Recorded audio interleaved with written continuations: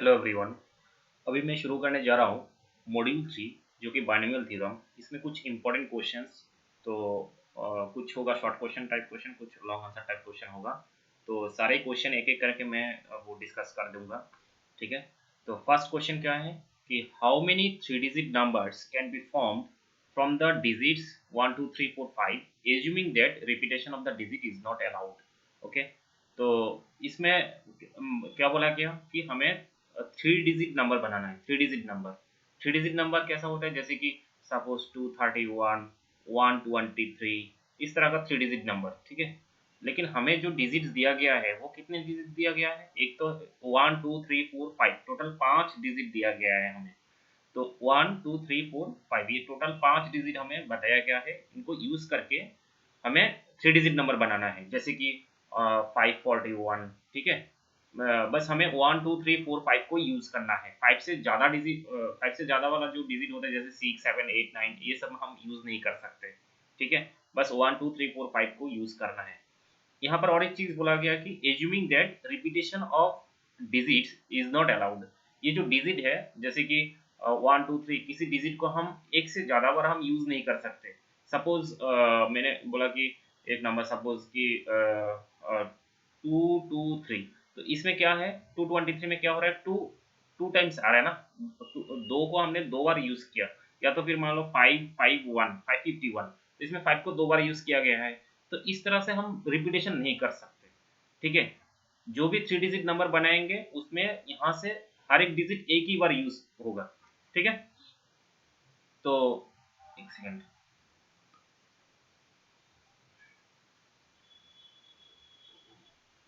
Okay. तो यहाँ पर क्या बोला कि गिवन डिजिट सर, हमारे पास गिवन डिजिट्स क्या है, 1 2 3 4 5, टोटल 5 डिजिट है। तो टोटल नंबर ऑफ डिजिट्स क्या है, टोटल डिजिट्स कितना है, टोटल 5 है। ठीक है। Therefore total number of three digit number without repetition. तो हम यहाँ पर परम्यूटेशन कर रहे हैं कि हम टोटल हमारे पास 5 डिजिट है। ठीक है। हमारे पास टोटल 5 डिजिट है और इन पांचों डिजिट से हमें थ्री डिजिट नंबर बनाना है, मतलब थ्री डिजिट नंबर का अरेंजमेंट करना है हमें। तो इसके लिए हमें क्या करना है कि परम्यूटेशन करना है। परम्यूटेशन फॉर्मूला क्या होता है, N P R equals to क्या होता है formula, N factorial by N minus are का फैक्टोरियल, ये फॉर्मूला होता है। ठीक है। परम्यूटेशन कॉम्बिनेशन होता क्या है, इसके बारे में डिटेल में मैंने समझाया था। ठीक है। तो अभी बस क्वेश्चंस को किस तरह से सॉल्व करना है बस वही मैं बता रहा हूँ। ठीक है। थ्योरी में मैं जितना जरूरी है थ्योरी वो मैं उतना ही बताऊंगा। ठीक है। ज़्यादा डिटेल में डेप्थ में थ्योरी में मैं डिस्कस करने वाला नहीं हूँ। ठीक है। जस्ट सोल्यूशन बताएंगे। तो हमें यहाँ पर टोटल हमारे पास टोटल 5 डिजिट है। अब हमें थ्री डिजिट नंबर बनाना है। तो इसमें होगा क्या, फॉर्मूला क्या होगा, एन पी आर फॉर्मूला होगा, N P R. That means हमें एन मतलब क्या है, इसमें एन मतलब टोटल डिजिट। एन मतलब क्या है, टोटल डिजिट। टोटल डिजिट हमारे पास कितना है, 5 है। हमें थ्री डिजिट नंबर फॉर्म करना है, मतलब आर का वैल्यू 3 होगा और एन का वैल्यू क्या है, 5 होगा। ओके। तो 5p3। ठीक है। तो 5p3 का रिजल्ट क्या होगा कि फॉर्मूला क्या है हमारे पास, फॉर्मूला बताया मैंने, N factorial by N minus are का फैक्टोरियल, एन माइनस आर का फैक्टोरियल। ओके। वेट। ओके। तो N factorial by N minus are का फैक्टोरियल। दैट मीन्स यहाँ पर एन मतलब क्या है हमारे पास, एन मतलब होता है हमारे पास 5। तो 5 factorial divided by N minus R, that means 5 - 3, 5 - 3 का फैक्टोरियल। ओके। तो 5 - 3 मीन्स क्या होगा, 2 फैक्टोरियल। ठीक है। अब ये फैक्टोरियल को कैलकुलेशन कैसे करना है वो मैंने बताया था कि जो भी बड़ा नंबर होता है, जैसे 5 2 से ज़्यादा है, तो हम जो बड़ा नंबर होता है ना उसको हम छोटे नंबर के फैक्टोरियल फॉर्म में रिप्रेजेंट कर सकते हैं। ठीक है। फैक्टोरियल का मतलब क्या होता है, जैसे एन फैक्टोरियल में फैक्टोरियल का मतलब क्या है, फैक्टोरियल का जो आंसर होता है, एन फैक्टोरियल मतलब क्या होता है, 1 से लेके 1 2 3 4 5 डॉट डॉट करके एन तक सारे नंबर का क्या है, प्रोडक्ट होता है। तो 5 फैक्टोरियल मतलब क्या है, 5 फैक्टोरियल होता है 1। 5 फैक्टोरियल होता है क्या, 1 × 2 × 3 × 4 × 5, दैट मीन्स आंसर होगा 120 जो भी है। ठीक है। तो अभी हमें फैक्टोरियल का कैलकुलेशन, जैसे यहाँ न्यूमरेटर में भी क्या दिख रहा है, 5 फैक्टोरियल दिख रहा है, नीचे 2 फैक्टोरियल दिख रहा है। तो इसको हम कैसे कैंसिल करेंगे, शॉर्टकट जल्दी जल्दी कैसे करेंगे, ये जो 5 फैक्टोरियल है इसको पूरे के पूरे 1 से लेके 5 तक मल्टीप्लाई फॉर्म में लिखने की जरूरत नहीं है। हम क्या करेंगे, नीचे 2 फैक्टोरियल दिख रहा है मुझे, तो मैं यहाँ पर 2 फैक्टोरियल लिख दूंगा। ठीक है, इसका मतलब क्या है, 2 फैक्टोरियल का मतलब क्या है, 1 इंटू 2, मतलब 1 इंटू 2 इधर 2 फैक्टोरियल के अंदर आ गया। तो बाकी हम मेरे पास क्या रह गया, 3 4 5। ठीक है, तो 5 फैक्टोरियल को हम इस तरह से लिख सकते हैं कि 2 फैक्टोरियल इंटू बाकी 2 2 के बाद क्या होता है 3 4 5 तक, बस ऐसे लिख सकते हैं हम। ठीक है, तो ये हो गया हमारा 2 फैक्टोरियल इंटू 3 इंटू 4 इंटू 5 और नीचे 2 फैक्टोरियल। तो ये 2 फैक्टोरियल कैंसिल हो गया, तो 3 इंटू 4 इंटू 5 मल्टीप्लाई करके देखो, आंसर होगा 60। ओके, नेक्स्ट क्वेश्चन क्या है, if 1 by 8 factorial plus 1 by 9 factorial equals to 1 by 10 factorial, find X, X का वैल्यू निकालना है। ओके, तो गिवन क्या है, 1 by 8 factorial plus 1 by 9 factorial equals to x by 10 factorial. तो इसको मैंने क्या किया कि हर एक फैक्टोरियल को जब हम कैलकुलेट करेंगे, जैसे 8 फैक्टोरियल, 8 फैक्टोरियल मतलब क्या है, 8 फैक्टोरियल मतलब होता है 1 into 2 into 3 into dot dot करके 8 तक मल्टीप्लाई, मतलब सबको मल्टीप्लाई करने में बहुत लंबा लार्ज नंबर कैलकुलेट होगा ना। तो इसलिए मैंने ऐसा नहीं किया, इसमें मैंने क्या किया कि ये जो पूरे लाइन है ना, इसको 8 9 10, इनमें से सबसे ज्यादा कौन है, 10 फैक्टोरियल। मैंने क्या किया, ये पूरे लाइन को 10 फैक्टोरियल से मल्टीप्लाई कर दिया। ठीक है, तो 10 फैक्टोरियल से मल्टीप्लाई करने से क्या होगा कि 10 factorial by 8 factorial plus 10 factorial by 9 factorial plus 10 factorial into x by 10 factorial. ठीक है, उसके बाद क्या होगा कि जैसे कि मैंने बताया कि इस तरह से जब फैक्टोरियल होता है तो हम बड़ा वाला जो नंबर होता है उसका जो फैक्टोरियल है उसके छोटा जो नंबर दिखा है उसके रेस्पेक्ट में हम स्प्लिट कर सकते हैं। तो मैंने क्या किया, ये जो 8 10 फैक्टोरियल दिख रहा है मुझे, इसको 8 फैक्टोरियल कर दिया। ठीक है, तो 8 फैक्टोरियल के बाद 10 तक कौन सी नंबर होता है, 9 इंटू 10 और नीचे 8 फैक्टोरियल।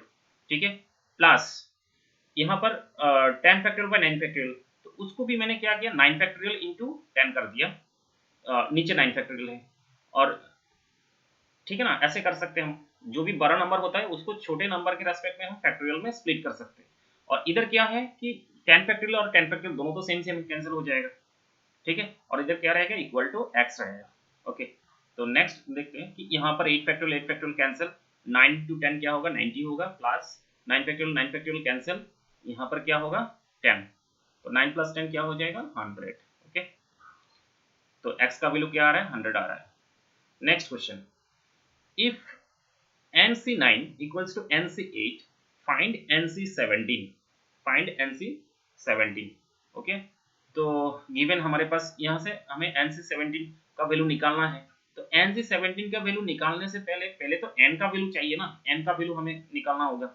अगर हमारे पास n का वैल्यू नहीं होगा तो यहाँ से कैसे कैलकुलेट करेंगे, तो n का वैल्यू कहाँ से निकलेगा, जो गिवन कंडीशन है, ये जो गिवन कंडीशन है इसको हम यूज करके n का वैल्यू कैलकुलेट करेंगे। तो कैसे करेंगे देखिए, इसके लिए तो पहले तो लिखना है कि given NC9 equals to NC8 लिखना है पहले। ओके, तो उसके बाद क्या है कि एक कॉम्बिनेशन का, ये सी मतलब क्या है कॉम्बिनेशन, तो एक कॉम्बिनेशन का एक फॉर्मूला है, एक रूल है। रूल क्या है, NCX इक्वल्स टू, अगर NCY होता है तो यहाँ से हम क्या लिख सकते हैं, तो अगर दो कॉम्बिनेशन इस तरह से इक्वल होता है, ठीक है, यहाँ से हम लिख सकते हैं कि x इक्वल्स टू वाई, या तो फिर n equals to x plus Y.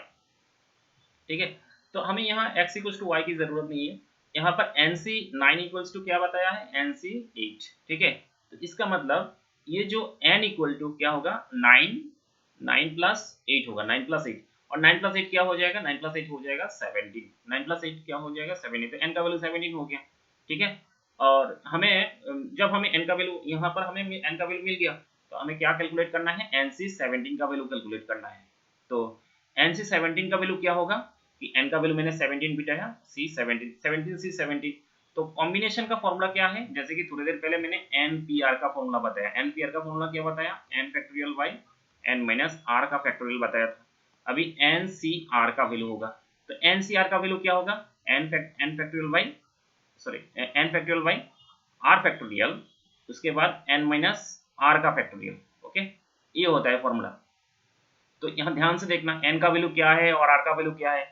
यहाँ पर n का वैल्यू भी 17 है और r का वैल्यू भी क्या है 17 है। तो यहाँ पर 17 फैक्टोरियल, पहले क्या बताया मैंने n फैक्टोरियल, तो 17 का फैक्टोरियल, उसके बाद क्या बताया मैंने r का फैक्टोरियल, तो यहाँ पर हो गया r का फैक्टोरियल और नेक्स्ट क्या हो गया n माइनस आर का फैक्टोरियल, तो n माइनस आर मतलब 17 माइनस 17, n का वैल्यू भी 17 और r का वैल्यू भी 17, तो यहाँ पर क्या हो जाएगा 17 माइनस 17 फैक्टोरियल। ओके, नेक्स्ट क्या है कि यहाँ पर ऊपर हो रहा है हमारा 17 फैक्टोरियल, नीचे हो रहा है 17 फैक्टोरियल, और ये 17 माइनस 17 क्या होगा 0 फैक्टोरियल होगा। तो यहाँ दोनों जो 17 फैक्टोरियल 17 फैक्टोरियल दोनों कैंसिल हो जाएगा और हमारे पास 0 फैक्टोरियल रहेगा। और 0 फैक्टोरियल का वैल्यू ध्यान रखना, मैंने फैक्टोरियल का जो फॉर्मूला है मैंने क्या बताया 1 से शुरू होता है, 1 2 3 4 करके n तक मल्टीप्लाई होता है। जैसे 2 फैक्टोरियल क्या होगा 1 इंटू 2, 3 फैक्टोरियल क्या होगा 1 इंटू 2 इंटू 3, 1 फैक्टोरियल क्या होगा 1 फैक्टोरियल 1 होगा। ठीक है, लेकिन ध्यान रखना यहाँ पर 0 फैक्टोरियल भी क्या होता है 0 नहीं, गलती से यहाँ 0 नहीं लिखते हैं, 0 फैक्टोरियल 1 होगा। इसका अलग एक प्रूफ है, अभी मैं प्रूफ नहीं दिखाऊंगा, बस इतना याद रखना 0 फैक्टोरियल का वैल्यू क्या होगा 1 होगा। ओके, तो यहाँ पर 0 फैक्टोरियल का वैल्यू मैंने 1 बिठा दिया, तो 1 बाई 1 दैट मींस आंसर हो रहा है क्या 1 हो रहा है। ओके, नेक्स्ट क्वेश्चन, इसमें क्या बताया है, find the middle term in the expansion of x square by 3 plus 3 by x square whole power 8, middle term निकालना है।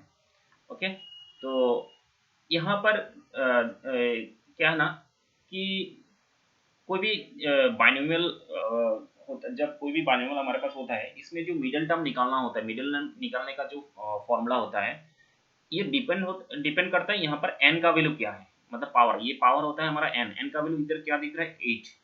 ये जो n का वैल्यू है ना, ये अगर इवन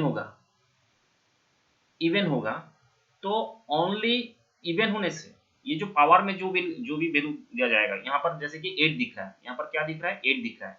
ठीक है, और कोई क्वेश्चन होगा इसमें 8 के अलावा 9 भी हो सकता है, और भी हो सकता है 10 11 12 कोई भी नंबर हो सकता है, तो इसमें n का वैल्यू क्या दिख रहा है 8 दिख रहा है। अगर ये पावर मतलब यहाँ n का वैल्यू अगर इवन होगा तो ये जो बाइनोमियल इसका जो बाइनोमियल एक्सपेंशन होगा इसमें ओनली वन मिडल टर्म, ठीक है, सिर्फ एक ही मिडल टर्म होगा। अगर ये जो पावर है ना, ये अगर ऑड होता, ऑड, ठीक है, ऑड ऑड मीन सपोज 9 हो गया, या तो 7 हो गया, या तो 11 हो गया, इस तरह का कोई ऑड वैल्यू होगा अगर यहाँ पर, तो ऑड होने से 2 मिडल टर्म होता है। ठीक है, तो ऐसा क्यों होता है इसके बारे में मैं ज़्यादा डिटेल में बात नहीं करूंगा, बस अभी ये जो क्वेश्चन है इसके लिए मैं बता रहा हूँ। ठीक है, तो इसमें n का वैल्यू क्या है इवन है, तो मतलब एक ही मिडल टर्म होगा। ऑड होने से 2 मिडल टर्म रहेगा, ऑड होने से क्या बोला मैंने, ऑड होने से 2 मिडल टर्म रहेगा। तो दोनों मिडल टर्म का फॉर्मूला क्या है वो मैं अभी नहीं बताऊंगा, क्योंकि इसमें तो इवन वैल्यू है।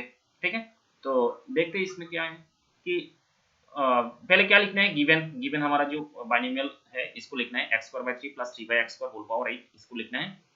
Here n equals to 8, n का वैल्यू क्या है 8 है, व्हिच इज इवन, ये क्या है इवन वैल्यू है।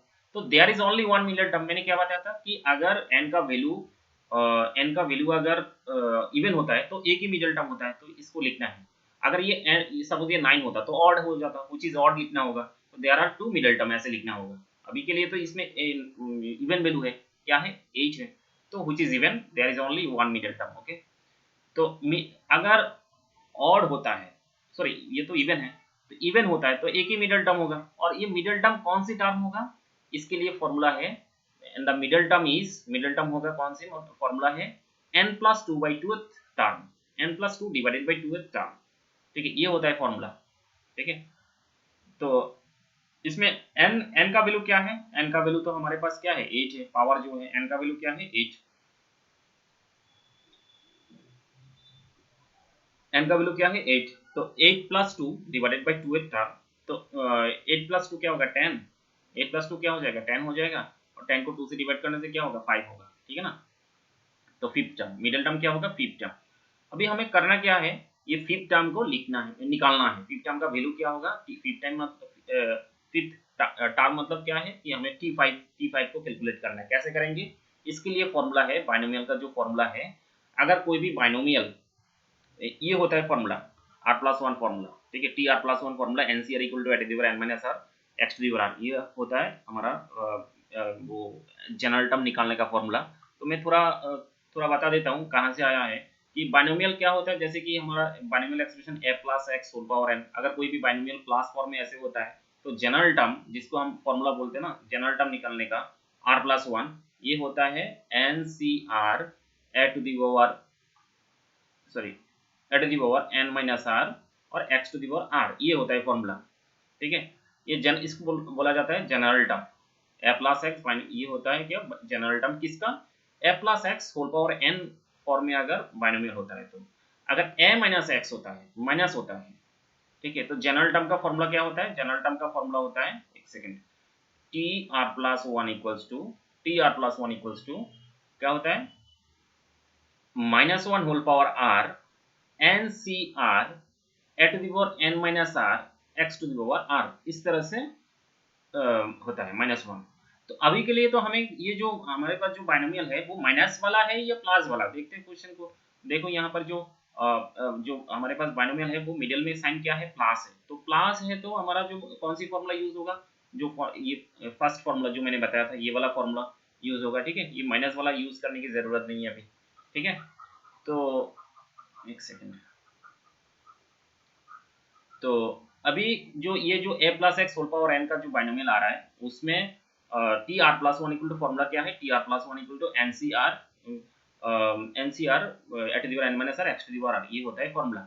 तो अभी यहाँ पर क्या है, कौन सी टर्म निकालना है, हमें फिफ्थ टर्म टी फाइव को हमें निकालना पड़ेगा, कैलकुलेट करना होगा। तो टी फाइव को क्या करना है, टी फाइव को प्लस वन फॉर्म में लिखना है, क्योंकि ये जो फॉर्मूला है इसमें ध्यान रखना, इसमें आर का वैल्यू निकालना है, आर प्लस वन करके। तो फाइव को हम क्या लिख सकते हैं, plus one, four plus one लिख सकते हैं। ठीक है ना, फोर प्लस वन लिख सकते हैं, फोर प्लस वन लिख सकते हैं फाइव को।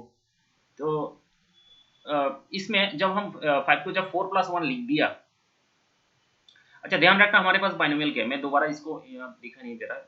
बाइनोमियल क्या है हमारे पास, X square by three, three by X, X square whole power eight. ठीक है, मैं इधर लिख देता हूँ, X square by three plus three by x square, three by x square whole power eight. Okay, three by x square whole power eight. Okay,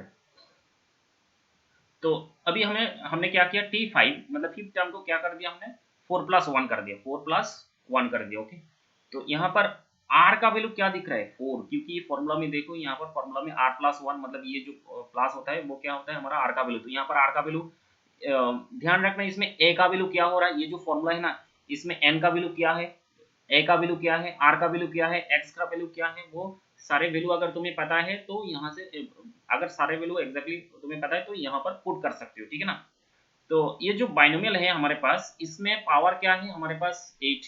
तो N का value तो क्या हो गया, एन का वैल्यू एट हो गया, वो तो आसानी से दिख रहा है, वो जो पावर होता है वो हमारा एन का वैल्यू होता है। ठीक है, और आर का वैल्यू क्या हो गया, आर का वैल्यू हो गया ये जो प्लस वन करके आया है, आर का वैल्यू हो गया फोर। ठीक है, उसके बाद ए का वैल्यू, उसके बाद होगा ए का वैल्यू। अच्छा, ये जो बाइनोमियल मैंने बताया था इसमें ए प्लस एक्स बोला था ना, ये जो फर्स्ट जो नंबर उसको बोला जाता है ए, और ये जो है वो क्या है एक्स। ठीक है, तो अभी हमारे पास जो बाइनोमियल है, ये जो बाइनोमियल हमारे पास दिख रहा है, इसमें जो फर्स्ट वैल्यू है मतलब ये पूरा का पूरा, ये प्लस ये जो नंबर है ये पूरा किसका वैल्यू होगा, ए का वैल्यू होगा, और ये किसका वैल्यू होगा, एक्स का वैल्यू होगा।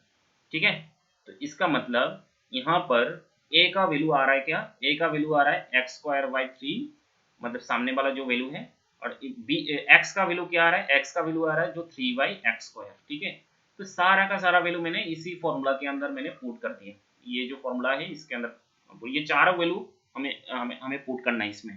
तो फॉर्मूला क्या है और एक बार देखते हैं, फॉर्मूला क्या है, स्टार्टिंग में एन सी आर, मतलब एन का वैल्यू मैंने क्या बताया एट, सी आर, आर का वैल्यू क्या होगा फोर बताया मैंने। ठीक है ना, तो एट सी आर, एट सी फोर हो गया। उसके बाद फॉर्मूला में क्या बताया कि ए टू द पावर, तो ए का वैल्यू क्या है एक्स स्क्वायर बाई थ्री, तो यहाँ पर x square by three a to the power, power क्या होगा n minus r, n minus r, तो एन माइनस आर मतलब क्या है एट माइनस फोर, एन का वैल्यू क्या है एट माइनस, आर का वैल्यू क्या है फोर, एट माइनस फोर। उसके बाद एक्स टू द फॉर्मूला में क्या है x, x to the power r, x का वैल्यू क्या है three by x square, x का वैल्यू क्या बताया मैंने थ्री बाई एक्स स्क्वायर बताया ना।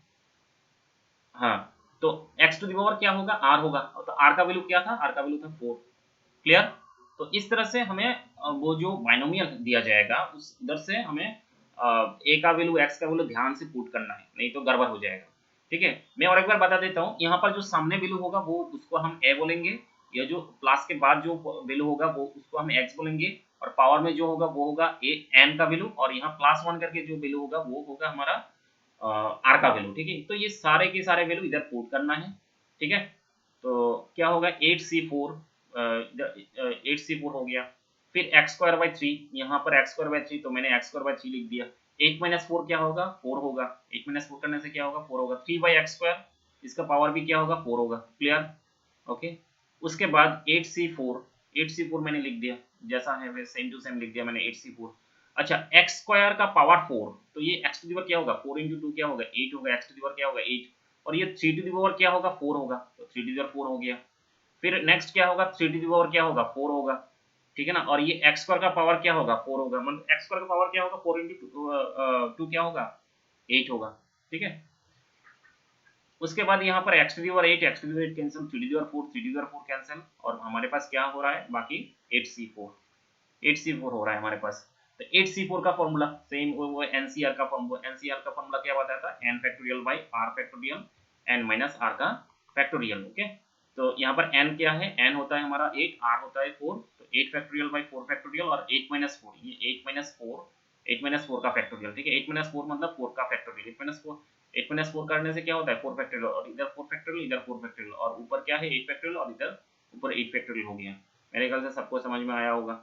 ठीक है, और नेक्स्ट क्या है कि हमें ये जो 8 फैक्टोरियल है इसको स्प्लिट करना है विथ रेस्पेक्ट टू 4 फैक्टोरियल। ये नीचे जो दो 4 फैक्टोरियल दिख रहा है किसी एक के रेस्पेक्ट में हम स्प्लिट करेंगे, तो 8 फैक्टोरियल को 4 फैक्टोरियल फॉर्म में अगर स्प्लिट करेंगे तो क्या होगा, एक 4 फैक्टोरियल लिख देंगे, उसके बाद 4 के बाद कौन सी नंबर आता है 5 6 7 8 तक मल्टीप्लाई करना है, और नीचे 4 फैक्टोरियल लिखना है। 4 फैक्टोरियल क्या होगा दोनों कैंसिल, और बाकी हो रहा है क्या 5 × 6 × 7 × 8, तो 5 × 6 × 7 × 8 लिख दिया, और नीचे 4 फैक्टोरियल, नीचे और क्या है एक 4 फैक्टोरियल, एक तो कैंसिल हो गया, एक रह गया हमारे पास, तो 4 फैक्टोरियल 1 × 2 × 3 × 4, चार वैल्यू हो रहा है 1 × 2 × 3 × 4। ठीक है, तो यहाँ पर क्या करना है कैंसिल करना है, 4 से 8 को कैंसिल करो क्या होगा 2 होगा, और ये 2 × 3 क्या होता है 6, ये ऊपर जो है 6 के साथ कैंसिल हो गया, तो हमारे पास कौन सी नंबर हो रहा है इसमें 5 और 7, और क्या हो रहा है 2 हो रहा है, तो 5 7 क्या होता है 35, और यहाँ क्या है 2, तो 35 × 2 क्या होगा 70 होगा हमारा आंसर, जो कि मिडिल टर्म ये जो गिवन बाइनोमियल है इसका जो मिडिल टर्म है वो इस तरह से होगा। ठीक है, नेक्स्ट क्वेश्चन क्या है कि if NPR equals to 720, NCR equal to 120, find R। ठीक है, तो NPR equals to given NPR equal to 720 लिखना है। NPR का फॉर्मूला क्या है n factorial by n minus r factorial, मैंने बताया था, डिवाइडेड बाय इक्वल्स टू क्या है 720, इसको इक्वेशन नंबर 1 लिखा मैंने। NCR मतलब क्या है, NCR का फॉर्मूला भी मैंने बताया था अभी n factorial bye r factorial n minus r का फैक्टोरियल। ठीक है, इक्वल्स टू 120, इसको इक्वेशन नंबर 2 लिखा मैंने। तो डिवाइड इक्वेशन 1 को मैंने इक्वेशन 2 से डिवाइड कर दिया। ठीक है, डिवाइड करने से क्या होगा, इक्वेशन 1 में क्या है n factorial by n minus r का फैक्टोरियल, तो यहाँ पर n फैक्टोरियल बाय मतलब वो इक्वेशन 1 का वैल्यू है। ठीक है ना, इसमें इक्वेशन 1 में क्या दिख रहा है ये n factorial by n minus r factorial, और इक्वेशन 2 में क्या दिख रहा है लेफ्ट हैंड साइड में n factorial bye r factorial n minus r factorial, तो मैंने इसको क्या किया इससे डिवाइड कर दिया, ये दिस डिवाइडेड बाय दिस कर दिया। ठीक है ना, दिस डिवाइडेड बाय दिस कर दिया। ठीक है, मैंने वही किया इधर, क्या है कि वो जो इक्वेशन 1 में जो लेफ्ट हैंड साइड है उसका वो वैल्यू, और इक्वेशन 2 में जो लेफ्ट हैंड साइड का जो वैल्यू है वो वैल्यू मैंने डिवाइड कर दिया। ठीक है, और इक्वेशन 1 में राइट हैंड साइड में क्या है 720 है, और इधर क्या है 120 है, तो मैंने डिवाइड किया 720 डिवाइडेड बाय 120 डिवाइड कर दिया। अब यहाँ पर होगा क्या कि ये जो दोनों फ्रैक्शन दिख रहा है मुझे, ये जो डिवाइडेड बाय जो लाइन है ना इसके ऊपर भी एक वैल्यू दिख रहा है और नीचे भी वैल्यू दिख रहा है, तो इसमें मैंने कैंसिल कर दिया कि यहाँ n फैक्टोरियल ऊपर का जो वैल्यू है n फैक्टोरियल कैंसिल हो जाएगा, यहाँ पर n माइनस आर का फैक्टोरियल और n माइनस आर का फैक्टोरियल कैंसिल होगा, और ठीक है, और इधर कौन सी वैल्यू रहेगा, ये सारे के सारे वैल्यू कैंसिल हो गए, सिर्फ यहाँ पर r फैक्टोरियल हो रहा है इसमें। तो ये जो r फैक्टोरियल है वो फ्रैक्शन का जो रूल है, नीचे जब फ्रैक्शन होता है वो रिवर्स होकर ऊपर चला जाता है, तो ये r फैक्टोरियल क्या होगा ऊपर आ जाएगा, मतलब r फैक्टोरियल बन जाएगा, ये ऐसे रिवर्स होकर ऊपर आ जाएगा ना, ऊपर आ जाएगा, तो ये आर फैक्टोरियल हो गया। और 720 को मैंने 120 से कैंसिल किया, 0 0 कैंसिल, 12 से 72 को कैंसिल करने से क्या होता है 6 होता है। तो आर फैक्टोरियल का वैल्यू क्या हो रहा है 6। और ये 6 एक्चुअली किसका वैल्यू 6 होता है 3 फैक्टोरियल का वैल्यू। 3 फैक्टोरियल का वैल्यू कैलकुलेट करके देखो, 3 फैक्टोरियल मतलब क्या है 1 इंटू 2 इंटू 3, तो 1 इंटू 2 इंटू 3 क्या होता है 6 होता है। तो ये जो 6 आ रहा है मेरे पास, ये क्या किसका वैल्यू होगा 3 फैक्टोरियल का वैल्यू होगा। तो आर फैक्टोरियल इक्वल्स टू क्या हो रहा है 3 factorial, that means r equals to क्या हो रहा है 3 हो रहा है। क्लियर। नेक्स्ट क्वेश्चन, इसमें क्या है, if the term free from x in the expansion of this B405 find the value of m, m का वैल्यू निकालना है। Clear. If the term free from x in the expansion this, ये जो binomial expansion बताया गया है, इसको expand करने के बाद जो टर्म होगा ना वो फ्री फ्रॉम x, मतलब उस जिस टर्म के अंदर x नहीं रहेगा। फ्री फ्रॉम x मतलब ये जो हमारे पास root X plus, sorry plus नहीं, minus root M by x square whole power 10, इसको जब हम एक्सपांड करेंगे, ठीक है, बहुत सारा टर्म निकलेगा। इसमें से एक ऐसा टर्म होगा, एक ऐसा टर्म होगा, अभी मैं एक्सपांशन कैसे करना है वो मैं नहीं बता रहा हूँ, ठीक है, हमें एक्सपांशन की अभी जरूरत नहीं है। बस हमें करना क्या है, इसको एक्सपांड देखना है कि ये जो बाइनोमियल है इसको एक्सपांड करने के बाद, एक्सपांड करने के बाद बहुत सारा टर्म आएगा, ठीक है, 1 2 3 ऐसे करके प्लस प्लस करके बहुत सारा टर्म आएगा। इसमें एक ऐसा टर्म होगा जो कि क्या होगा फ्री फ्रॉम एक्स होगा। फ्री फ्रॉम एक्स का मतलब क्या है, जिसके अंदर एक्स नहीं होगा, ठीक है। तो क्वेश्चन में वही बताया गया, if the term free from x in the expansion of this be 405, 405 मतलब ये जो बाइनोमियल है इसका जो एक्सपेंशन है, इसके अंदर जो फ्री फ्रॉम एक्स वाला टर्म होगा ना, फ्री फ्रॉम एक्स वाला जो टर्म होगा उसका वैल्यू क्या बताया उन लोगों ने 405 बताया है। एक बार पढ़ के देखो फिर से, if the term free from x in the expansion of this be 405, ये जो बाइनोमियल है इसका जो एक्सपेंशन होगा वो अगर फ्री फ्रॉम एक्स वाला जो टर्म होगा उसका वैल्यू क्या हो रहा है 405 हो रहा है। हमें करना क्या है, find the value of m, m का वैल्यू निकालना है, ठीक है। क्लियर। तो पहली बात तो यहाँ पर जो फ्री फ्रॉम एक्स वाला टर्म, ठीक है, हम सॉल्यूशन देखेंगे, धीरे धीरे समझ में आएगा। यहाँ पर ये जो बाइनोमियल है इसको एक्सपांड करने के बाद कौन सी टर्म फ्री फ्रॉम एक्स होगा, क्वेश्चन में क्या बताया है कि ये जो बाइनोमियल एक्सपेंशन है, ये जो बाइनोमियल है इसको एक्सपांड करने के बाद जो टर्म फ्री फ्रॉम एक्स होगा, लेकिन हमें पता है कौन सी टर्म फ्री फ्रॉम एक्स, क्या क्या फर्स्ट टर्म कौन सी टर्म होगा जिसके अंदर एक्स नहीं रहेगा, वो तो हमें एग्जैक्टली पता नहीं ना। वो फर्स्ट टर्म है क्या सेकंड टर्म है या थर्ड या फोर्थ फिफ्थ सिक्स सेवेंथ, कौन सी टर्म होगा। एक्सपांड करने से तो ये जो बाइनोमियल है इसको एक्सपांड करने से तो बहुत सारा टर्म निकलेगा, ठीक है, बहुत सारा टर्म निकलेगा, लेकिन इनमें से कौन सी टर्म होगा, एग्जैक्टली कौन सी टर्म होगा जिसके अंदर एक्स नहीं रहेगा। एक्स नहीं रहेगा मतलब क्या है, फ्री फ्रॉम एक्स होगा। तो वो तो एग्जैक्टली मुझे पता नहीं है कि फोर्थ टर्म या थर्ड टर्म या फिफ्थ टर्म या सिक्स टर्म कौन सी टर्म होगा जिसके अंदर एक्स नहीं रहेगा, वो तो हमें एग्जैक्टली पता नहीं ना। तो उसके लिए क्या करना है, हमें जनरल टर्म को यूज करना है। जनरल टर्म क्या है, जनरल टर्म अभी अभी मैंने बताया, अभी अभी मैंने फॉर्मूला बताया था, उसको यूज करके हम इसको सॉल्व करेंगे। जनरल टर्म का जो फॉर्मूला बताया था, क्या बताया था, एक तो बताया था मैंने a plus x whole power n का जो जनरल टर्म क्या होता है t r plus one equals to n c r at the power n minus r x to the power r, ऐसे बताया था। और एक बताया था मैंने a माइनस एक्स, माइनस होगा तो a minus x whole power n, इसका जनरल टर्म क्या होगा t r plus one equals to minus one whole power r n c r at the power n minus r x to the power क्या होगा r होगा, ठीक है। तो अभी जो हमारे पास बाइनोमियल है वो क्या प्लस वाला बाइनोमियल है या माइनस, ये मिडिल में क्या दिख रहा है हमें माइनस दिख रहा है, तो इसका मतलब हमें ये वाला बाइनोमियल, ये जो फॉर्मूला है सेकंड जो फॉर्मूला है इसको यूज करना है, माइनस वाला जो फॉर्मूला है उसको यूज करना है, ठीक है। तो देखते हैं सॉल्यूशन। इसमें क्या किया मैंने, पहले करना क्या है, गिवन जो बाइनोमियल है इसको लिखना है, गिवन बाइनोमियल जो है इसको लिखना है root x minus root M by x square whole power 10, ठीक है। यहां पर देखो क्या किया मैंने, let r plus one term is free from x, मैंने इसको एजम्पशन करके लिया कि हमें तो एग्जैक्टली पता नहीं ना कौन सी टर्म में क्या होगा, फ्री फ्रॉम एक्स होगा, कौन सी टर्म के अंदर फ्री फ्रॉम एक्स होगा वो तो हमें एग्जैक्टली पता नहीं है। तो हमें r+1 टर्म को क्या करना है, free from x. Let r+1 term, r+1 term मतलब ये जो जनरल टर्म है इसकी बात कर रहा हूँ मैं, ठीक है। हाँ, तो r+1 term is free from x. Now इसमें क्या होगा कि Tr+1 मतलब r+1 मतलब क्या, r+1 टर्म मतलब क्या है, Tr+1 को निकालना है। अच्छा, एक चीज मैं देखता हूँ, बताता हूँ फिर से। ये जो बाइनोमियल है ना, इसमें n का वैल्यू क्या होगा, n का वैल्यू मतलब n मतलब पावर, तो n का वैल्यू क्या हो रहा है, 10 हो रहा है, ठीक है। a मैंने किसको बताया था, a a बताया था मैंने जो फास्ट होता है, तो a का वैल्यू क्या है, √x। x मैंने किसको बताया था, ये जो सेकंड टर्म जो होता है ये होता है हमारा x, तो x का वैल्यू क्या हो रहा है, √m/x², √m/x², x का वैल्यू हो गया, ठीक है। ये टोटल 4 वैल्यू होता है, a x n और एक होता है r।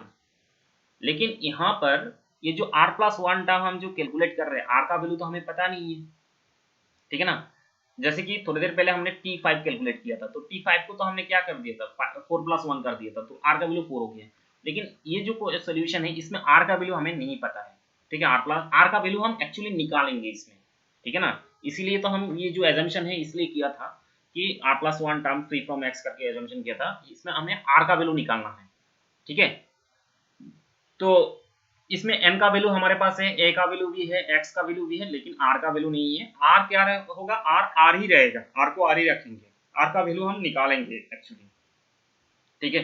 तो now Tr+1 equals to, formula मैंने क्या बताया था, अभी अभी मैंने फॉर्मूला बताया था कि फॉर्मूला में क्या बताया, Tr+1 equal to -1 whole power r।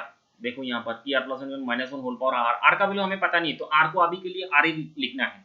उसके बाद क्या है, NCr, n मतलब क्या है, n का वैल्यू अभी अभी मैंने बताया था 10, 10 CR अभी बताया था ना मैं यहाँ पर, n का वैल्यू क्या है 10, 10 CR, r r ही रहेगा।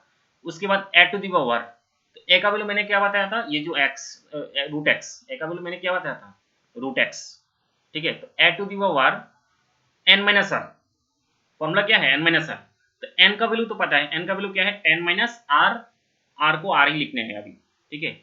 उसके बाद x to the power r, तो x का वैल्यू क्या बताया था, जो second part √m/x², √m/x² whole power क्या है, ये फॉर्मूला क्या है x to the power r ना, तो x मतलब क्या है सेकंड टर्म, जो √m/x², इसका पावर क्या है r। Clear, okay. नेक्स्ट इसमें हमें करना क्या है, कैलकुलेशन करना है, थोड़ा सिंप्लीफाई करना है, ठीक है। तो -1 whole power r, -1 whole power r को -1 होल पावर r लिखा मैंने, 10 CR, ये 10 CR हो गया, ठीक है।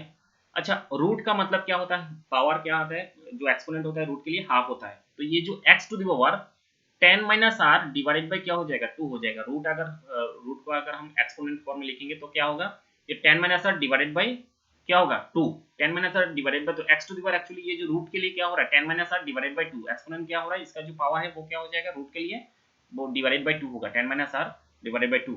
उसके बाद यहाँ पर क्या होगा, √m का पावर क्या दिख रहा है, √m का पावर क्या है r, तो √m का पावर मैंने r ही लिखा, मैंने अलग अलग कर दिया। अच्छा, नीचे क्या हो रहा है x² का पावर क्या है r, मतलब x² का पावर r मतलब क्या होगा, ये जब एक्सपोनेंट को अलग करेंगे तो ये x टू दी पावर क्या हो जाएगा 2r हो जाएगा, ये 2 इंटू r क्या हो जाएगा मल्टीप्लाई, ये पावर r हट के क्या होगा, ये पावर क्या हो जाएगा 2r हो जाएगा, नीचे x टू दी पावर क्या हो जाएगा 2r, ये पावर r के लिए। अच्छा, जब ये नीचे जब कोई भी पावर होता है ना, जब ये पॉजिटिव होता है, इसको जब हम ऐसे ऊपर लेके आएंगे तो ये x टू दी पावर क्या हो जाएगा -2r हो जाएगा, तो इस वजह से मैंने x to the power -2r लिखा मैंने, ठीक है। एक्चुअली ये जो x to the power 2r कहाँ का नंबर, किसका नंबर है, ये जो नीचे डिनोमिनेटर का नंबर है, x टू दी पावर 2 जो है वो नीचे का नंबर है, जब ये ऊपर आएगा तो ये क्या हो जाएगा -2r हो जाएगा, ठीक है। उसके बाद -1 होल पावर r 10 CR, मैंने ये √m का पावर r जो है इसको सामने लिख दिया, ऐसे लिख दिया, ठीक है। और मैंने क्या किया, ये जो x का दो पावर दिख रहा है, इसमें दिख रहा है x to the power 10-r/2, और इसमें x का पावर क्या दिख रहा है -2r दिख रहा है, x का पावर क्या दिख रहा है -2r दिख रहा है, ठीक है। तो दोनों यहाँ बेस अगर सेम होता है तो दोनों पावर क्या हो जाएगा, प्लस हो जाएगा। मतलब यहाँ पर x का पावर है और यहाँ पर x का पावर है, तो दोनों पावर क्या हो जाएगा, प्लस हो जाएगा, सेम बेस। तो x टू दी पावर क्या होगा, x to the power 10 minus r by 2 minus क्या होगा, माइनस 2r होगा। ठीक है, दोनों ये नेगेटिव है तो माइनस हो गया। ठीक है, प्लस मतलब क्या है, प्लस ऑफ -1 के माइनस क्या होगा, माइनस होगा। तो 10 माइनस r बाई 2 माइनस क्या होगा, 2r होगा, माइनस हो गया। क्लियर, दोनों पावर एक साथ ऐड हो गया। अब होता क्या है इसमें, -1 whole power r, -1 whole power r, 10 CR, root m का पावर आर, रूट एम का power r, x to the power, ये जो एक्सपोनेंट है इसको हमें एलसीएम करना है। तो एलसीएम करेंगे तो क्या होगा, मैंने एकदम से डायरेक्ट लिख दिया, यहाँ एलसीएम क्या होगा, 2 होगा, और 10 माइनस आर माइनस ये 2 इंटू टू क्या होगा, 4। ठीक है ना, ये जब एलसीएम होगा इसमें -4r होगा। ठीक है ना, तो -4r और ये -r दोनों मिलके क्या हो जाएगा, -5r। एलसीएम करके देखना इस तरह से क्या होगा, 10 माइनस 5r हो जाएगा। ये -2 इंटू टू क्या होगा, 2 इंटू टू 4, और ये 4r और यहाँ पर -r, तो -4r -5r 10 minus 5r divided by 2। तो ये बन रहा है हमारा जो वैल्यू। ठीक है, अभी ये जो हमने वैल्यू कैलकुलेट किया, ये जो पूरा का पूरा वैल्यू किया कैलकुलेट किया, वो कौन सी वैल्यू कैलकुलेट किया, r+1 टर्म, r+1 टर्म। हमने एक्चुअली क्या बताया था, ये जो r+1 टर्म है वो free from x, free from x। तो फ्री फ्रॉम x, इसका मतलब क्या है कि इसमें x नहीं रहेगा। लेकिन अभी अभी जो हमने कैलकुलेट किया इसमें तो x दिख रहा है, इसमें तो x दिख रहा है। तो ये फ्री फ्रॉम x का मतलब होता है कि हमने एक्सपोनेंट के अंदर देखा होगा, किसी भी वैल्यू का, जैसे कोई भी किसी भी नंबर का अगर एक्सपोनेंट 0 होता है, पावर अगर 0 होता है, तो आंसर क्या होता है, 1 होता है। तो इसका मतलब कि ये जो r+1 टर्म मैंने अभी अभी कैलकुलेट किया, ठीक है, ये फ्री फ्रॉम x। तो इसका मतलब इसमें x नहीं रहेगा। x कब नहीं रहेगा, कब नहीं होगा, जब ये जो x का पावर दिख रहा है ना, ये पावर जब 0 हो जाएगा। फ्री फ्रॉम x का मतलब क्या है, इसमें x नहीं रहेगा। और x कब नहीं रहेगा, अगर ये पावर 0 हो जाए, x का पावर जो भी पावर दिख रहा है वो पावर अगर 0 हो जाए, तो ये ओवरऑल वैल्यू जो है वो x टू दी पावर 0 हो जाएगा, x टू दी पावर 0। और x टू दी पावर 0 का मतलब क्या हो जाएगा, 1 होगा। तो 1 होगा मतलब क्या है, इसमें x नहीं रहेगा। ठीक है, तो फ्री फ्रॉम x का मतलब होता है कि ये जो x का यहाँ पर जो एक्सपोनेंट दिख रहा है वो एक्सपोनेंट क्या हो जाएगा, 0। तो here 10 minus 5r divided by 2 equals to क्या होगा, 0 होगा। तो यहाँ से क्रॉस मल्टीप्लाई कर 2 इंटू 0 क्या होगा, 0। तो यहाँ पर 10 माइनस 5r इक्वल टू क्या हो जाएगा, 0। तो यहाँ से 5r इक्वल्स टू क्या होगा, 10। तो r इक्वल्स टू क्या होगा, 2। r का वैल्यू क्या आ रहा है, 2 आ रहा है। ठीक है, जब r का वैल्यू 2 हो गया तो हमें क्या करना है, फ्री फ्रॉम x वाला टर्म चाहिए। मतलब ये जो अभी अभी हमने कैलकुलेट किया tr+1 इक्वल्स टू दिस, इसमें हम क्या करेंगे, r का वैल्यू अभी अभी हमने क्या कैलकुलेट किया, 2 कैलकुलेट किया। मतलब r का वैल्यू 2 होने से ये जो r+1 टर्म है वो क्या होगा, फ्री फ्रॉम x होगा, फ्री फ्रॉम x होगा। तो हमें तो फ्री फ्रॉम x वाला टर्म चाहिए। इसका मतलब हमें ये जो पूरा जो r+1 टर्म हमने कैलकुलेट किया, इसमें r का वैल्यू क्या पुट करना है, r का वैल्यू 2 पुट करना है। ठीक है, तो therefore the term free from x equals to, free from x वाला जो टर्म है वो क्या होगा, ये जो वैल्यू है टी, इसमें ये जो वैल्यू है इसमें r का वैल्यू क्या पुट करना है, r का वैल्यू 2 पुट करना है। -1 होल पावर r मतलब -1 का पावर 2, उसके बाद ncr मतलब r का वैल्यू क्या होगा, 2। इसमें r का वैल्यू क्या होगा, 2। ठीक है, और इसमें r का वैल्यू 2 बिठाने से तो क्या होगा, 5 इंटू ये 0 हो जाएगा। अभी अभी हमने कैलकुलेट किया, 2 पुट करके देखो, ये 0 हो जाएगा। ठीक है, तो -1 होल पावर 2 10c2, और रूट एम का पावर क्या होगा, रूट एम का पावर 2, रूट एम का पावर 2, और ये x का पावर क्या होगा, ये 0 हो जाएगा, क्योंकि r का वैल्यू 2 पुट करके देखो, 5 इंटू 2 क्या होगा, 10। तो 10 माइनस 10 क्या हो रहा है, 0 हो रहा है। तो x का पावर 0 मतलब ये x नहीं रहेगा, तो बाकी का कौन सी वैल्यू रहेगा, ये वाला वैल्यू रहेगा, फ्री फ्रॉम x वाला टर्म। तो -1 whole power 2 10c2 root m का पावर क्या हो गया, 2। इसको थोड़ा सिंप्लीफाई करके लिखा मैंने। अच्छा, -1 का पावर 2 मतलब -1 स्क्वायर क्या होगा, प्लस होगा, माइनस क्या होता है, प्लस होगा। 10c2 को मैंने स्प्लिट किया, वो फॉर्मूला कॉम्बिनेशन का फॉर्मूला मैंने बताया था, 10 फैक्टोरियल 2 फैक्टोरियल, उसके बाद 10 माइनस 2 का फैक्टोरियल, फिर अच्छा रूट एम का पावर क्या है, 2, मतलब रूट एम स्क्वायर क्या होगा, कैंसिल, तो यहाँ पर रहेगा m। तो 10 फैक्टोरियल बाई 2 फैक्टोरियल, और 10 माइनस 2 क्या होगा, 8 फैक्टोरियल। ठीक है, इनटू क्या है m। अब इसको हमें कैलकुलेशन करना है, मैंने 10 को क्या किया, वो 8 के रेस्पेक्ट में स्प्लिट कर दिया। तो 8 फैक्टोरियल, 8 के बाद क्या होता है 9 इंटू 10, ठीक है, डिवाइडेड बाई 2 फैक्टोरियल और 8 फैक्टोरियल। तो 8 फैक्टोरियल 8 फैक्टोरियल कैंसिल, और इसमें 9 इंटू 2, 9 इंटू 10 क्या होगा 90, और 2 फैक्टोरियल मतलब क्या होता है 2, 1 इंटू 2 क्या हो जाएगा 2 फैक्टोरियल 2 हो जाएगा। तो 2 से अगर हम 90 को डिवाइड करेंगे, 9 इंटू 10 क्या होता है 90, 90 को 2 से डिवाइड करेंगे तो क्या होगा 45 होगा। इसका मतलब जो आंसर आ रहा है वो फ्री फ्रॉम एक्स वाला वो क्या है 45 एम आ रहा है, ठीक है। अच्छा, ये तो था हमारा जो फ्री फ्रॉम एक्स वाला जो टर्म वो कैलकुलेट किया, लेकिन क्वेश्चन में क्या बताया है कि ये जो फ्री फ्रॉम एक्स वाला टर्म है इसका वैल्यू है 405, 405 क्वेश्चन में बताया है, ठीक है। तो अकॉर्डिंग टू क्वेश्चन एटीक्यू, ये जो 45 एम हमारे पास आया है free from x, 45 m equal to 400 क्या होगा 5 होगा, ठीक है। तो यहाँ से एम इक्वल टू क्या होगा 405 को 45 से डिवाइड करना है, तो डिवाइड करोगे कैंसिल करोगे, एक एक करके कैंसिल करना, आंसर क्या होगा एम का वैल्यू 9 होगा। Clear, okay. सारे के सारे क्वेश्चन को जनरल टर्म को यूज करके हम करेंगे। तो ये जो क्वेश्चन है क्या है, find the coefficient of 1 by x square, find the coefficient of 1 by x square in the expansion of this. तो ये कौन सी बाइनोमियल दिख रहा है हमें, माइनस का बाइनोमियल दिख रहा है, ठीक है। हमें कोफिशिएंट निकालना है। तो मैक्सिमम क्वेश्चन जो अभी जनरल टर्म का जो फॉर्मूला बताया था उसको यूज करके हम करेंगे, ठीक है। तो ये गिवन क्या है, गिवन है हमारे पास 7 by x minus 3x whole power 8 है। हमें किसका कोफिशिएंट चाहिए, क्वेश्चन में क्या बताया है 1 बाई एक्स स्क्वायर का कोफिशिएंट। ये कोफिशिएंट निकालने वाला जो क्वेश्चन है बहुत इंपॉर्टेंट है, एग्जाम में आ सकता है। ये 1 by x square, actually 1 by x square मतलब क्या है x to the power -2, x to the power -2, ठीक है। तो एक्स टू द पावर -2 हमें किसका कोफिशिएंट निकालना है, अभी अभी बताया मैंने कि 1 बाई एक्स स्क्वायर का कोफिशिएंट निकालना है। Find the coefficient of 1 by x square in the expansion of this, ठीक है।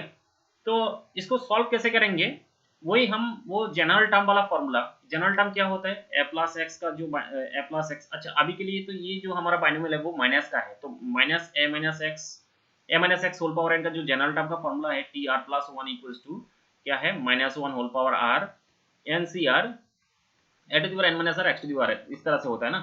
तो हमें करना क्या है कि यहाँ एजम्पशन करके लेना है कि 1 by x square that means x to the power -2, ये जब एक्स स्क्वायर ऊपर आएगा तो एक्स टू द पावर -2 होगा। तो यहाँ पर हमें लेट करके लिखना है, let 1 by x square equal to मतलब क्या है x to the power -2 is in the r plus 1 term, general term जो बताया मैंने, जनरल टर्म को यूज करके करना है।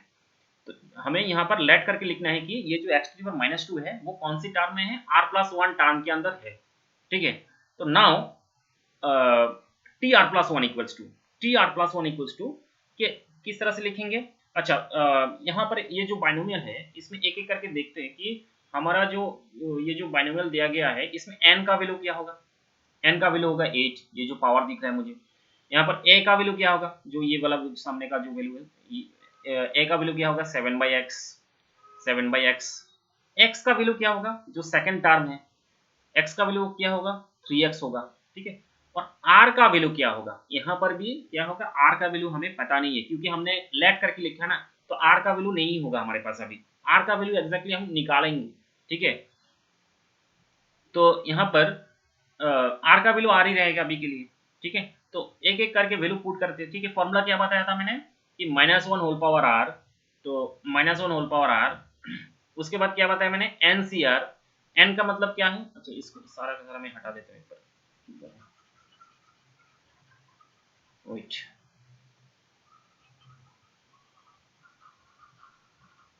ओके।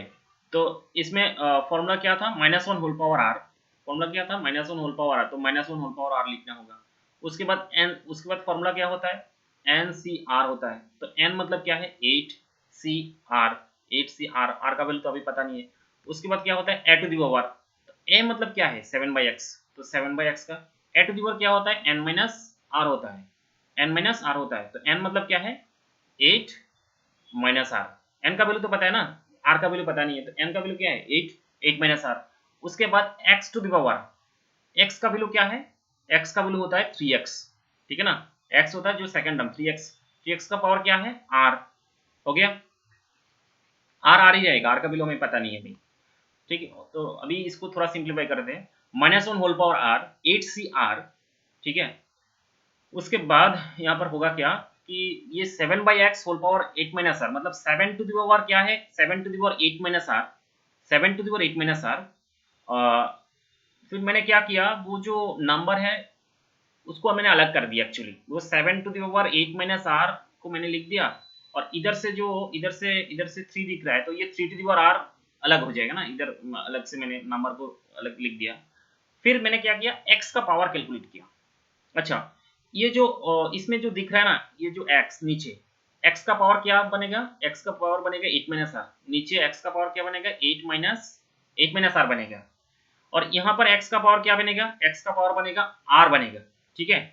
और ये दोनों x का वैल्यू जब ऊपर आएगा, क्या होगा, पावर क्या होगा, नीचे वाला जो पावर है वो ऊपर जाके माइनस हो जाएगा। मतलब ये x टू दी पावर क्या होगा, ये जो ऊपर का जो पावर है x to the power r minus ये नीचे जो x है, इसका पावर जो है, इसका पावर क्या है, 8 - r, वो ऊपर जाके माइनस होगा। तो माइनस जब होगा, ये जब माइनस होगा, ऊपर का जो पावर है r माइनस 8 - r ऐसे होगा, ठीक है ना। ये ऊपर का जो पावर है वो नीचे जो पावर है वो माइनस हो जाएगा, r माइनस 8 - r। तो ये एक्चुअली क्या हो जाएगा, x to the power r minus 8 minus minus क्या होगा, प्लस r।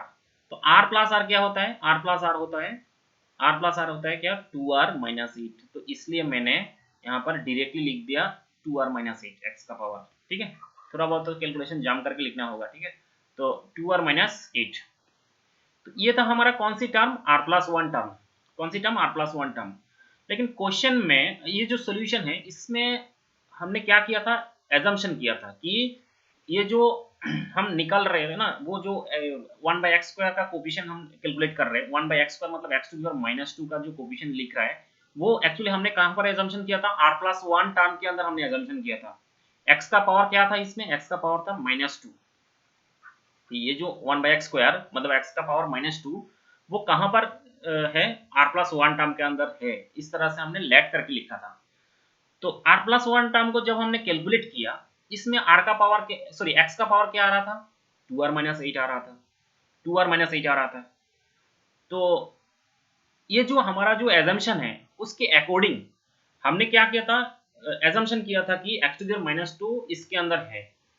और अभी हमारा जो r+1 टर्म है वो इस तरह से बन रहा है। इसका मतलब ये जो पावर दिख रहा है ना, ये पावर और यहाँ का जो -2 पावर दोनों सेम सेम होगा, ठीक है। क्योंकि हमने एजम्पशन किया था कि x⁻² हमारे यहाँ जो r+1 टर्म है इसके अंदर लाई कर रहा है। x⁻² कहाँ पर लाई कर रहा है, r+1 टर्म के अंदर लाई कर रहा है, ठीक है। तो इसका मतलब ये जो पावर है, अकॉर्डिंग टू एजम्पशन, ये जो पावर है वो पावर और यहाँ का जो पावर मतलब -2 दोनों सेम होगा। तो अकॉर्डिंग टू, सॉरी क्वेश्चन नहीं होगा, अकॉर्डिंग टू क्वेश्चन हम नहीं लिखेंगे, या तो एजम्पशन होगा। तो देयरफॉर करके लिख सकते हैं इसको, देयरफॉर करके लिख सकते हैं कि ये जो पावर है यहाँ एटीक्यू नहीं होगा, ठीक है। अगर ये तो क्वेश्चन में गिवन नहीं है, हमने एजम्पशन किया था, देयरफॉर करके हम लिख सकते हैं, देयरफॉर ये जो पावर है 2r minus 8 this equals to क्या होगा, -2। तो यहाँ से मैंने क्या किया, r का वैल्यू कैलकुलेट किया। तो 2r इक्वल्स टू -8 इधर आएगा तो +8, 8 - 2 मतलब r का वैल्यू क्या, 2r इक्वल टू क्या हो रहा है 6, r का वैल्यू क्या होगा, 2 से डिवाइड होगा तो r का वैल्यू हो गया 3, ठीक है। ओके, अब यहाँ पर क्या होगा, हमें तो कोफिशिएंट चाहिए। यहाँ पर एक काम कर सकते हैं, देखो चेक करके देख सकते हैं, यहाँ पर r का वैल्यू क्या हो रहा है 3, यहाँ पर r का वैल्यू 3 बीटा का, r का वैल्यू 3 बीटा के देखो, देखो यहाँ पर x का पावर r का वैल्यू अगर हम 3 बीटा हैंगे तो 2 × 3 - 8, तो क्या होगा, x का पावर 2 × 3 क्या होगा 6 - 8। तो x टू दी पावर क्या हो रहा है, -2 हो रहा है ना, 6 - 2 क्या होता है -2। तो हाँ, यहाँ पर r का वैल्यू 3 बीटा से x का पावर क्या होता है, -2 होता है। x का पावर क्या हो जाएगा, -2। मतलब हमें जिसका कोफिशिएंट निकालना था वो इधर दिख रहा है हमें, ठीक है। तो हमें तो कोफिशिएंट चाहिए, क्वेश्चन में क्या पूछा है, coefficient, find the coefficient of 1/x², find the coefficient of 1/x²। इसका मतलब कोफिशिएंट क्या बनेगा, कौन सी वैल्यू कोफिशिएंट बनेगा, जो x के सामने जो भी वैल्यू दिख रहा है ये पूरा का पूरा क्या बनेगा, हमारा कोफिशिएंट बनेगा, ठीक है। ये पूरा का पूरा हमारा क्या बनेगा, कोफिशिएंट। ये जो x है इसमें r का वैल्यू बिठाने की जरूरत नहीं है, ये वो जो पार्ट है उसको हम क्या बोलेंगे, कोफिशिएंट बोलेंगे, ठीक है। तो therefore the coefficient of 1/x² equals to, मैंने क्या किया, ये जो पार्ट है इसमें r का वैल्यू क्या आया था हमारे पास 3, r का वैल्यू 3 पुट कर दिया, -1 होल पावर r मतलब -1 का पावर 3, उसके बाद 8c r, तो ये मैंने 8c r मतलब क्या है 3, उसके बाद 7 to the power 8 minus r, तो 7 to the power 8 minus r मतलब क्या है 3, उसके बाद 3 टू द पावर r मतलब 3 टू द पावर r मतलब क्या है 3 टू द पावर r मतलब 3 टू द पावर 3, ठीक है। तो ये हो गया हमारा कोफिशिएंट इक्वल्स टू क्या होगा, अच्छा माइनस माइनस का पावर 3, माइनस का पावर 3 होने से क्या होगा माइनस होगा, ठीक है, ऑड पावर होने से नेगेटिव होगा। 8c3 को मैंने स्प्लिट किया, तो कैसे स्प्लिट करना होता है सबको पता है, मैंने 8 फैक्टोरियल बाय 3 फैक्टोरियल और 8 माइनस 3 का फैक्टोरियल इस तरह से मैंने स्प्लिट किया। फिर 7 का पावर क्या होगा, 7 का पावर 8 माइनस 3 क्या हो जाएगा 5 हो जाएगा, ये दिख नहीं रहा है मतलब ये ओवरराइट हो गया 5, 7 का पावर 5, और ये 3 क्यूब को मैंने 3 क्यूब ही लिखा अभी के लिए। तो नेक्स्ट क्या होगा माइनस 8 फैक्टोरियल बाय 3 फैक्टोरियल, और ये 8 माइनस 3 क्या हो जाएगा 5 फैक्टोरियल हो जाएगा। फिर यहाँ पर 7 टू 5 और इंटू क्या है 3 क्यूब मतलब 3 इंटू 3 इंटू 3 मतलब 27 बन जाएगा। और यहाँ पर मैंने वो 8 फैक्टोरियल को 5 फैक्टोरियल के रेस्पेक्ट में स्प्लिट कर दिया, ठीक है। 5 फैक्टोरियल इंटू 8 को अगर 5 फैक्टोरियल फॉर्म में अगर रिप्रेजेंट करेंगे तो 5 फैक्टोरियल इंटू 5 के बाद क्या होता है 6 इंटू 7 इंटू 8 होता है, तो 6 into 7 into 8 divided by 3 factorial, तो 3 फैक्टोरियल मतलब क्या होगा 1 into 2 into 3, 1 into 2 into 3 3 factorial हो गया। और यहाँ 5 फैक्टोरियल पहले से है तो 5 फैक्टोरियल को लिखा मैंने, तो इधर का जो 5 फैक्टोरियल और इधर का 5 फैक्टोरियल कैंसिल, और यहाँ पर 2 इंटू 3 क्या होगा 6 कैंसिल, और बाकी रह गया 7 इंटू 8, और बाकी 7 टू द 5 मतलब 7 इंटू 7 इंटू 7 इंटू 7 इंटू 7 मतलब 5 बार मल्टीप्लाई, और साथ में क्या है 27, सबको मैंने मल्टीप्लाई किया, तो इस तरह का नंबर बन रहा है, ठीक है। तो ये था क्वेश्चन नंबर 3 होगा है, हाँ ठीक है। तो नेक्स्ट क्वेश्चन देखते हैं, find find this a plus b, यहाँ पर एक बार कैलकुलेशन देख लेना किस तरह से मैंने किया, ठीक है। नेक्स्ट क्वेश्चन क्या, find a plus B whole power 4 minus a minus B whole power 4, hence evaluate this, hence evaluate this.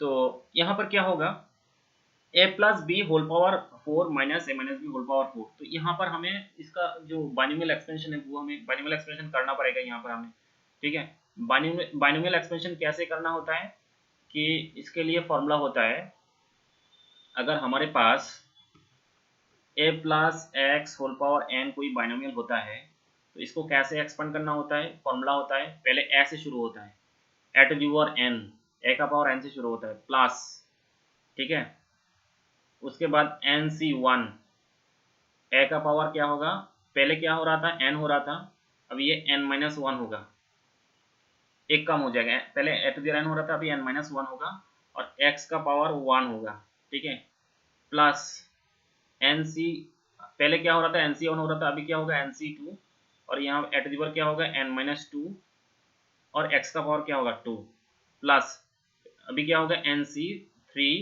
Eight the power n minus 3, और x का पावर क्या होगा 3, इस तरह से बाइनोमियल एक्सपेंशन करना होता है, प्लस डॉट डॉट करके कहाँ तक चलेगा, लास्ट जो x है x to the power n तक चलेगा, ठीक है, इस तरह से ये एक्सपेंशन होता है।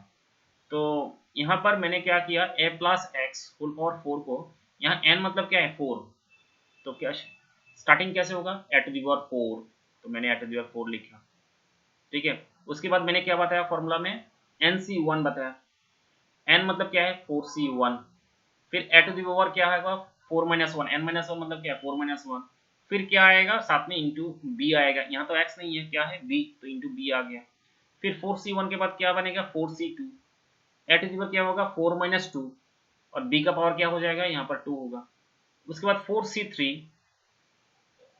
एट दी पावर क्या होगा 4 माइनस 3, ठीक है, और b का पावर क्या होगा 3, ठीक है, प्लस 4c4 और लिखने की जरूरत नहीं है, 4c3 तक आ गया, उसके बाद 4c4 लिखने की जरूरत नहीं है, बस हमारा जो 4 है हाईएस्ट पावर क्या है 4, तो b टू दी पावर 4 तक लिखना है, b to the power 4 plus last term, यहाँ तक जाके खत्म होगा एक्सपेंशन। उसके बाद क्या है माइनस है, तो मैंने यहाँ पर माइनस डाला, फिर थर्ड ब्रैकेट डाला मैंने, और ये माइनस वाला जो है ये पहले क्या था प्लस था, अभी ये माइनस का एक्सपेंशन होगा, तो माइनस वाला जो एक्सपेंशन है वो भी सेम टू सेम, बस साइन जो है वो प्लस माइनस करके चेंज होगा, मतलब ऑल्टरनेटिवली वो चेंज होगा, ठीक है। पहला वाला जो एक्सप्रेशन था इसमें सारे के सारे देखो प्लस प्लस करके, ये भी प्लस है ये भी प्लस है ये भी प्लस है ये भी प्लस है, सारे के सारे एक्सपेंशन क्या है, प्लस प्लस है। और यहाँ पर क्या है, स्टार्टिंग में एट 4, लेकिन एक्सपेंशन का जो टर्म है सेम, यहाँ पर 4C1 जैसे लिखा मैंने यहाँ पर भी सेम है, यहाँ पर 4C2 जिस तरह से लिखा है यहाँ पर भी सेम है, 4C3 जिस तरह से लिखा मैंने यहाँ पर भी सेम है, B4 भी सेम है। सिर्फ क्या चेंजेस है इसमें, स्टार्टिंग में प्लस होगा, उसके बाद माइनस प्लस माइनस प्लस ऐसे चेंज होता है। ठीक है, तो ध्यान रखना इसको, माइनस का जो एक्सपेंशन होता है। ठीक है, उसके बाद यहाँ पर होगा क्या, जब हम इसको दो ब्रैकेट को हटाएंगे, ये माइनस सामने क्या है, माइनस दिख रहा है, इस माइनस की वजह से ये माइनस होगा, और ये माइनस माइनस क्या होगा, प्लस होगा, और ये प्लस माइनस क्या होगा, ये माइनस हो जाएगा। मतलब जब हम ब्रैकेट को हटाएंगे, ये माइनस मल्टीप्लाई होके वो जो इस जिस ब्रैकेट के अंदर जो माइनस साइन दिख रहा है उसको प्लस कर देगा, और जो प्लस साइन है उसको माइनस कर देगा। ठीक है ना, तो ये माइनस बन जाएगा। ठीक है ना, ये माइनस साइन हटने के बाद क्या हो जाएगा, माइनस साइन मल्टीप्लाई होने के बाद ये माइनस होगा, ये प्लस हो जाएगा, ये प्लस है तो ये क्या हो जाएगा, माइनस हो जाएगा, और ये माइनस है तो ये क्या हो जाएगा, प्लस हो जाएगा, और ये क्या हो जाएगा, माइनस हो जाएगा। तो यहाँ पर एट 4 प्लस एट 4 और माइनस एट 4 कैंसिल। फिर यहाँ पर 4C2 के सामने क्या है, प्लस है, तो ये और माइनस 4C2 ये वाला कैंसिल हो जाएगा। उसके बाद B4 प्लस B4 और यहाँ माइनस B4 दोनों कैंसिल हो जाएगा। ठीक है, तो मैंने वो एकदम से डायरेक्टली लिख दिया, वो हम ऐसे ही लिख सकते हैं कि वो क्या है ना, क्योंकि हमें पता है हम माइनस कर रहा है, तो यहाँ ब्रैकेट हटने के बाद तो ये माइनस होगा, जो प्लस प्लस साइन दिख रहा है वो ब्रैकेट के अंदर वो कैंसिल हो गया, माइनस। मतलब ये एट 4 ये जब ये दिख रहा है तो प्लस, माइनस मल्टीप्लाई होने के बाद क्या हो जाएगा, ये माइनस, तो ये कैंसिल होगा। ये 4C2 प्लस है, लेकिन यहाँ पर साइन क्या है, प्लस है, लेकिन सामने जो माइनस है वो मल्टीप्लाई होने के बाद ये माइनस हो जाएगा। ठीक है, तो ये कैंसिल हो जाएगा। तो यहाँ पर ये भी क्या है, B4 प्लस B4, ये सामने माइनस है, तो ये B4 को जब मल्टीप्लाई होगा ये माइनस B4 होगा, तो दोनों कैंसिल हो जाएगा। तो ये सारे कैंसिल होने के बाद हमारे पास कौन सी टर्म हमारे पास हो रहा है, यहाँ पर रिमेनिंग टर्म क्या है, 4C1, ये वाला टर्म, ये भी 4C1 सेम सेम टर्म दो बार दिख रहा है। उसके बाद 4C3 टर्म, फिर 4C3 टर्म दो बार दिख रहा है, मतलब यहाँ पर भी है और यहाँ पर भी है। ठीक है, लेकिन यहाँ पर ये जो माइनस साइन है वो माइनस मल्टीप्लाई होने के बाद तो क्या हो जाएगा, प्लस हो जाएगा, ये भी क्या हो जाएगा, प्लस हो जाएगा, तो दोनों क्या हो जाएगा, प्लस हो जाएगा। तो सेम सेम टर्म दो बार प्लस होने से इसको हम क्या कर सकते हैं, 2 जैसे कि हमारे पास अगर x प्लस एक्स होता है ना, तो हम क्या लिखते हैं, 2x लिखते हैं। तो इसका मतलब ये सेम इधर भी है और ये इधर भी है, ये इधर भी है और इधर भी है, तो मतलब मैंने 2 कर दिया है एकदम से, 2 थर्ड ब्रैकेट में बस एक ही बार लिख दिया ये वाला टर्म 4C1, क्या लिखा मैंने, एक सेकेंड, 4C1 क्या है, 4C1, तो 4C1 लिखा मैंने। एट 4 - 1 क्या होगा, 4 - 1 होता है 3 इंटू बी प्लस 4C3, तो 4C3 हो गया। एट 4 - 3 क्या होगा, एट 4 - 3 क्या होता है, 1 होता है ना, 4 - 3, तो यहाँ एट क्या होगा 1, और ये बी क्यूब होगा। ठीक है, हो गया, इक्वल्स टू 2 इंटू, अच्छा 4C1 का वैल्यू क्या है, 4C1 का वैल्यू होता है 4, फिर ए क्यूब बी प्लस 4C3 का वैल्यू क्या होगा, 4C3 का वैल्यू भी 4 होगा, और ये ए बी क्यूब होगा, ए बी क्यूब रहेगा। ठीक है, क्योंकि ए कहाँ से आया, क्योंकि ये पावर जो दिख रहा है वो 4 - 3 क्या होगा, 1 होगा। ठीक है, बस ये दोनों टर्म लिखा मैंने, ये दोनों टर्म लिखा मैंने, यहाँ से कैलकुलेट किया 4 - 1 क्या होता है 3, और ये 4 - 3 क्या होता है 1। ठीक है ना, पावर 1 हो जाएगा। ठीक है, तो उसके बाद यहाँ पर 4C1 का वैल्यू 4 हो जाएगा, वो कॉम्बिनेशन का फॉर्मूला है, वो उधर से कैलकुलेट करके आया है। 4C3 का वैल्यू क्या होगा, ये भी 4 होगा। तो दो ये जो ब्रैकेट दिख रहा है इधर से क्या कॉमन आएगा, 4 कॉमन आएगा, दिख रहा है 4 आएगा। फिर यहाँ पर ए क्यूब दिख रहा है और ये ए दिख रहा है, तो ए क्यूब और ए इनमें से लोएस्ट पावर क्या है, ए है, तो मतलब एक यहाँ क्यूब दिख रहा है, मतलब यहाँ 3 ए है, यहाँ एक ही ए है, तो सिंगल ए कॉमन आएगा। यहाँ बी दिख रहा है और ये बी क्यूब दिख रहा है, तो सिंगल बी कॉमन आएगा, तो 4 ए भी कॉमन आएगा, एक्चुअली 4 भी आएगा, ए भी आएगा, बी भी आएगा, तो 2 इंटू 4 ए भी कॉमन आएगा। और ब्रैकेट में क्या रहेगा कि ये 4 भी कॉमन बाहर चला गया, बी भी चला गया, और ए क्यूब से एक सिर्फ एक ही ए बाहर चला गया, तो और क्या रहेगा, ए स्क्वायर रहेगा। यहाँ पर भी सेम 4 चला गया, ए चला गया, बी क्यूब से सिंगल बी बाहर चला गया, और बी स्क्वायर रहेगा, मतलब ए स्क्वायर प्लस बी स्क्वायर इस तरह से हो रहा है। तो आंसर हो रहा है 4 इंटू 2 मतलब क्या होगा 8 ए बी इंटू ब्रैकेट में क्या है ए स्क्वायर प्लस बी स्क्वायर। तो ये हो रहा है हमारा किसका वैल्यू, ये जो A plus B whole power 4 minus A minus B whole power 4 का आंसर। ठीक है ना, उसके बाद क्वेश्चन में क्या पूछा है कि find the value of, hence find the value of √3 + 2 whole power 4। देखो ये जो एक्सपेंशन है ये सेम टू सेम इसके जैसा है, मतलब जस्ट हमें करना क्या है, ए का वैल्यू √3 पुट करना है और बी का वैल्यू √2 पुट करना है, पूरा सेम टू सेम। तो बस हमें कुछ नहीं करना है। देयरफॉर ये जो एक्सपेंशन है, जो रिजल्ट हमने कैलकुलेट किया, उसमें ए का वैल्यू √3 और बी का वैल्यू √2 पुट कर देना है। तो √3 और √2, ये पूरा का पूरा मैंने ए को मैंने √3 से और बी को √2 से रिप्लेस कर दिया। तो 8 इंटू ए का वैल्यू √3, बी का वैल्यू √2 कैलकुलेट कर पुट कर दिया, और यहाँ ए स्क्वायर मतलब √3 का स्क्वायर, बी स्क्वायर मतलब √2 का स्क्वायर। तो 8 √3 इंटू √2 क्या होगा, √6, और ये 3 स्क्वायर प्लस 2 स्क्वायर, 3 स्क्वायर क्या होगा 3, और 2 स्क्वायर क्या होगा 2, 3 प्लस 2 क्या होगा 5। तो 5 इंटू 8 क्या होगा, 5 इंटू 8 क्या होगा 40, √6 होगा आंसर। ठीक है, नेक्स्ट क्वेश्चन, ये भी इंपॉर्टेंट क्वेश्चन ही है। इसमें क्या बोला है, show that the middle term in the expansion of 1 plus x whole power 2n is this. ये जो बाइनोमियल है 1 plus x whole power 2n, इसका जो मिडल टर्म होगा वो इस तरह से होगा, वो निकालना है। ठीक है, तो कैसे सॉल्व करेंगे। मिडल टर्म के लिए मैंने क्या बताया था रूल, कि जो भी पावर होता है वो अगर इवन होता है तो सिंगल एक ही मिडल टर्म होता है, अगर पावर अगर 2 होता है तो सॉरी ऑड होता है तो 2 मिडल टर्म होता है। ठीक है, तो गिवन हमारे पास क्या है 1 plus x whole power 2n।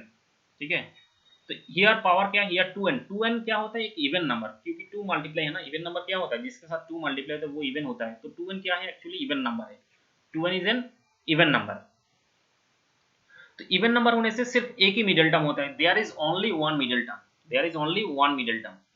और मिडिल टर्म होने एक ही मिडिल टर्म होने से फॉर्मूला क्या बताया था, वो जो मैंने एक क्वेश्चन मैंने करवाया था मिडिल टर्म का, उसमें फॉर्मूला क्या होता है n प्लस 2/2 एक टर्म, ऐसा होता है फॉर्मूला। ठीक है, लेकिन यहाँ n मतलब क्या है, पावर, पावर क्या है इसमें 2n, तो इसमें फॉर्मूला क्या बन जाएगा 2n प्लस 2, n प्लस 2 नहीं, पावर, जैसे कि यहाँ पावर क्या दिख रहा है 2n दिख रहा है। ठीक है ना, एक बार देख लेना, वो सामने जो क्वेश्चन मैंने करवाया था, पहले क्वेश्चन कराया था मैंने मिडिल टर्म निकालने के लिए। तो यहाँ पावर क्या दिख रहा है 2n दिख रहा है, n मतलब क्या है 2n, तो n प्लस 2 मतलब 2n प्लस 2 डिवाइडेड बाई 2।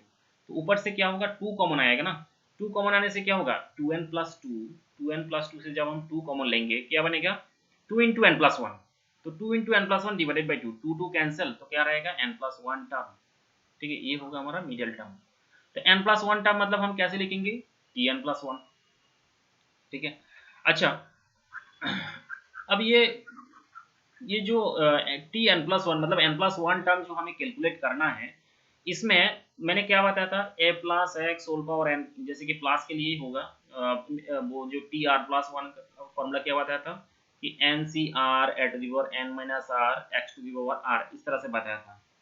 लेकिन एक चीज ध्यान रखना, अगर a का वैल्यू 1 होता है मतलब 1 plus x whole power n होता है, तो जनरल टर्म जो होता है ना टी आर प्लस 1 वो इस तरह से होता है एन सी आर, और ए का वैल्यू लिखने की जरूरत नहीं, क्योंकि ए का वैल्यू 1 है तो ये 1 हो जाएगा, मतलब ये ए का वैल्यू लिखने की जरूरत नहीं है। ठीक है, मतलब एन सी आर क्या रहेगा x to the power r होता है, इस तरह से होता है। ठीक है, तो अभी जैसे कि हमारा जो क्वेश्चन है इसमें कौन सी बाइनोमियल है इसमें कौन सी बाइनोमियल बताया है 1 plus x whole power 2n, 1 plus x whole power 2n। तो इसमें पावर जो है वो क्या दिख रहा है 2n दिख रहा है। ठीक है, तो n का वैल्यू क्या होगा, मतलब यहाँ पावर जो होता है वो होता है n, तो ncr, n का वैल्यू क्या होता है 2n होता है, n का वैल्यू क्या होता है 2n ncr। अच्छा, हमें यहाँ पर निकालना है tn प्लस 1, तो इसका मतलब फॉर्मूला में क्या है r प्लस 1। एक सेकंड में यहाँ फिर से लिख रहा हूँ, फॉर्मूला में क्या बताया था t r plus 1 equals to n c r x to the power n minus r, ऐसे होता है, sorry x to the power r ऐसे होता है। ठीक है, तो एन होता है तो पावर, इसका मतलब यहाँ पर पावर क्या है, पावर हमारे पास है 2n, तो n का वैल्यू क्या हो जाएगा 2n। अच्छा, आर होता है क्या, आर होता है इसमें जो प्लस 1 के साथ जो होता है वो होता है हमारा आर, तो यहाँ प्लस 1 के साथ क्या दिख रहा है n दिख रहा है, आर का वैल्यू क्या हो जाएगा n हो जाएगा। ठीक है, और x तो x ही रहेगा, तो ये सारे वैल्यू इधर पुट करना है हमें। NCR फॉर्मूला क्या है, NCR तो n मतलब क्या है 2n CR, r का वैल्यू क्या बताया मैंने, r का वैल्यू बताया n, तो 2n। फिर क्या होता है x to the power r, तो x to the power r मतलब क्या है +1 के साथ जो होता है x to the power r, +1 के साथ क्या है n है, तो x टू दी पावर क्या होगा n होगा। तो ये था हमारा मिडिल टर्म। अब इसको थोड़ा कैलकुलेशन करके हमें करना क्या है, वो जो है वैल्यू जो है इसका आंसर अलग तरीके का फॉर्म बताया है, वो करना है।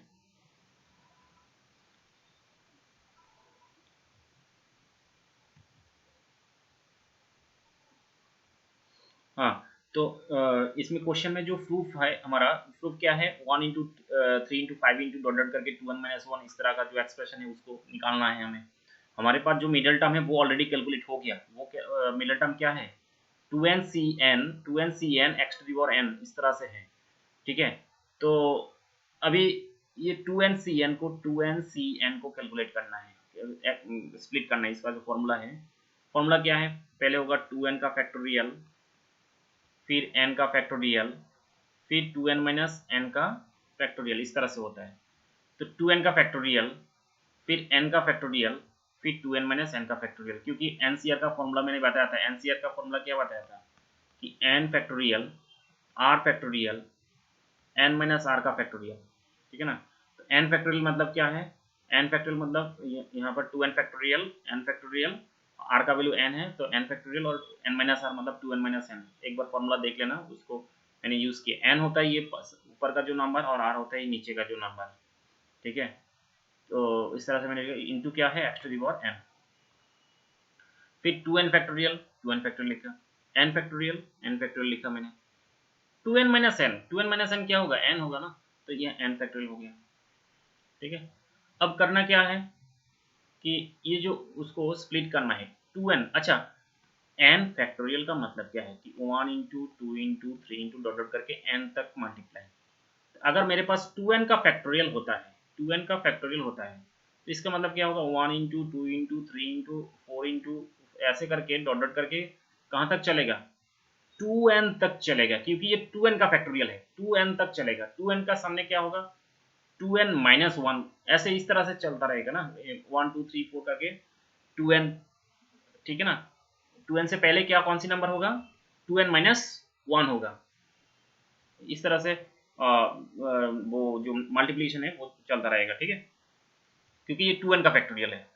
तो मैंने क्या किया, ये जो 2n फैक्टोरियल मेरे पास है इसको मैंने स्प्लिट कर दिया कि 1 into 2 into 3 into 4 into 5 into 6 into dot dot करके वो 2n तक लिखा, और 2n से पहले कौन सी नंबर होता है 2n-1 होता है, तो उसको भी मैंने लिख दिया, क्योंकि हमें अलग करना है। यहाँ लास्ट में मैंने 2 टर्म लिखा मैंने, और डिवाइडेड बाय नीचे क्या है, नीचे तो n फैक्टोरियल दो बार है, तो मैंने n फैक्टोरियल दो बार लिख दिया, और into x to the power क्या है n है, ठीक है। अब क्या होगा, ये जो सारा का सारा मल्टीप्लिकेशन 1 से लेके 2n तक पूरा का पूरा जो मल्टीप्लाई फॉर्म में है, इसको मैंने अलग कर दिया। किस तरह से अलग किया मैंने कि ऑड वाले जो भी नंबर है सबको एक साथ कर दिया, और इवन वाले जो है सबको एक साथ कर दिया।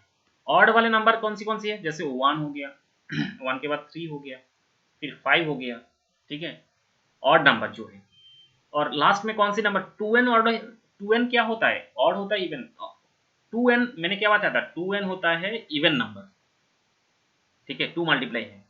और 2n-1 जो होगा, -1 करने से किसी इवन नंबर से -1 करने से क्या बन जाएगा ऑड होता है, तो 2n-1 क्या होगा ऑड होगा, ठीक है। तो मैंने क्या किया, ऑड नंबर जो है 1 into 3 into 5, odd number 1 into 3 into 5 into dot dot करके 2n-1, इस सबको मैंने एक ब्रैकेट में कर दिया, और बाकी जो ऑड नंबर इवन नंबर है वो और एक ब्रैकेट में कर दिया मैंने। जैसे इवन नंबर क्या है 2 हो गया, 4 हो गया, 6 हो गया, नेक्स्ट कहाँ तक चलेगा 2n तक, तो 2 हो गया, 4 हो गया, 6 हो गया, कहाँ तक चलेगा 2n तक चलेगा, ठीक है, ठीक है, डिवाइडेड बाय n फैक्टोरियल। अब यहाँ पर होगा क्या कि 2 into 4 into 6 into dot 2n, ये सारे के सारे क्या है इवन नंबर, सारे के सारे इवन नंबर। अच्छा, इवन नंबर होता क्या है कि जिसके साथ 2 मल्टीप्लाई होता है, तो यहाँ पर सबके साथ क्या है 2 मल्टीप्लाई फॉर्म में है। 2 मतलब क्या है एक्चुअली, 2 मतलब 2 इंटू 1, 4 मतलब क्या है 2 इंटू 2, 6 मतलब क्या है 2 इंटू 3, मतलब जो भी नंबर ये लास्ट में 2n, 2n मतलब क्या है 2 इंटू n, मतलब सबके साथ 2 मल्टीप्लाई है। अच्छा यहाँ पर एक चीज बताओ, ये जो 1 से लेकर 2n तक, 1 से लेकर 2n तक टोटल कितने नंबर होता है, n नंबर या 2n नंबर। अगर मैंने बोला कि 5 फैक्टोरियल तो 1 इंटू 2 इंटू 3 इंटू 4 इंटू 5 करोगे मतलब 5 नंबर होता है। अगर मैंने बोला 6 फैक्टोरियल तो 1 इंटू 2 इंटू 3 इंटू 6 मतलब 6 नंबर मल्टीप्लाई होता है। अगर मैंने बोला n फैक्टोरियल तो 1 इंटू 2 इंटू 3 इंटू n तक मतलब n नंबर मल्टीप्लाई। अगर मैंने बोला 2n फैक्टोरियल मतलब 1 इंटू 2 इंटू 3 इंटू कहाँ तक चलेगा 2n तक चलेगा, मतलब यहाँ 2n नंबर मल्टीप्लाई है। ठीक है, तो 2n नंबर मल्टीप्लाई होता है तो ऑड कितना है और इवन कितना है, यहाँ पर मैंने ऑड और इवन को अलग कर दिया, तो ये सारे के सारे क्या है ऑड है। टोटल था हमारे पास 2n नंबर और यहां से मैंने ऑड वाले जो है उसको अलग कर दिया, तो आधा नंबर क्या होगा ऑड होगा और आधा नंबर क्या होगा इवन होगा। मतलब ऑड नंबर जो है इसमें n नंबर क्या होगा ऑड होगा और इसमें ये जो नंबर है वो n नंबर क्या होगा इवन होगा। इस वजह से यहाँ पर ये जो मैंने इवन नंबर मैंने लिखा, ठीक है, इवन नंबर जो मैंने लिखा 2 इंटू 4 इंटू ऐसे करके सबके साथ 2 2 2 2 करके है, तो यहाँ पर ये बात समझना है ये जो 2 2 2 सबके साथ 2 2 2 मल्टीप्लाई है, 2 कितने बार मल्टीप्लाई फॉर्म में है, क्योंकि यहाँ पर हमें ये समझना है और हमारे पास टोटल इवन नंबर कितना है, टोटल इवन नंबर होता है n,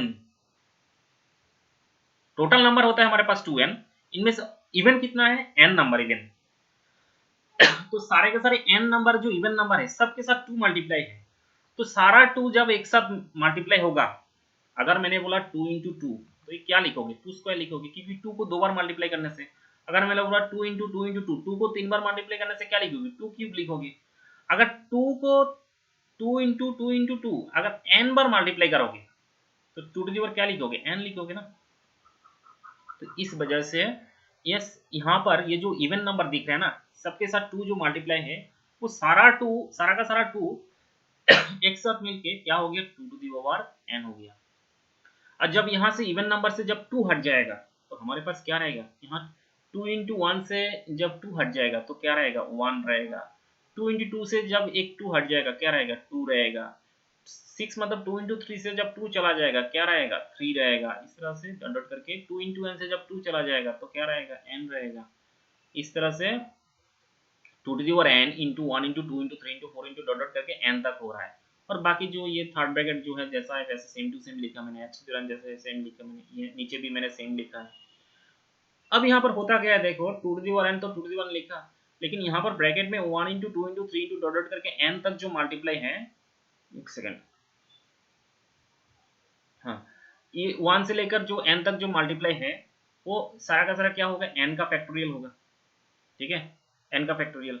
और बाकी जो ब्रैकेट में है वो जो है वो सेम टू सेम लिखा, नीचे n फैक्टोरियल है तो n फैक्टोरियल दो दो सेम सेम है कैंसिल हो जाएगा, तो हमारे पास क्या रहेगा ये जो 2 टू दी पावर n है इसको मैंने पीछे इधर लिख दिया, ठीक है 2 टू दी पावर n और यहाँ x to the power n हो गया और नीचे क्या है एक तो कैंसिल हो गया है n फैक्टोरियल, दूसरा क्या रहेगा n फैक्टोरियल रहेगा और बाकी क्या रहेगा ये वाला bracket 1 into 3 into 5 into dot dot करके ये जो आंसर, तो ये था हमारा आंसर। आंसर में क्या बोला मिडिल टर्म का जो एक्सपेंशन है वैल्यू जो है वो इस तरह से होगा, ठीक है।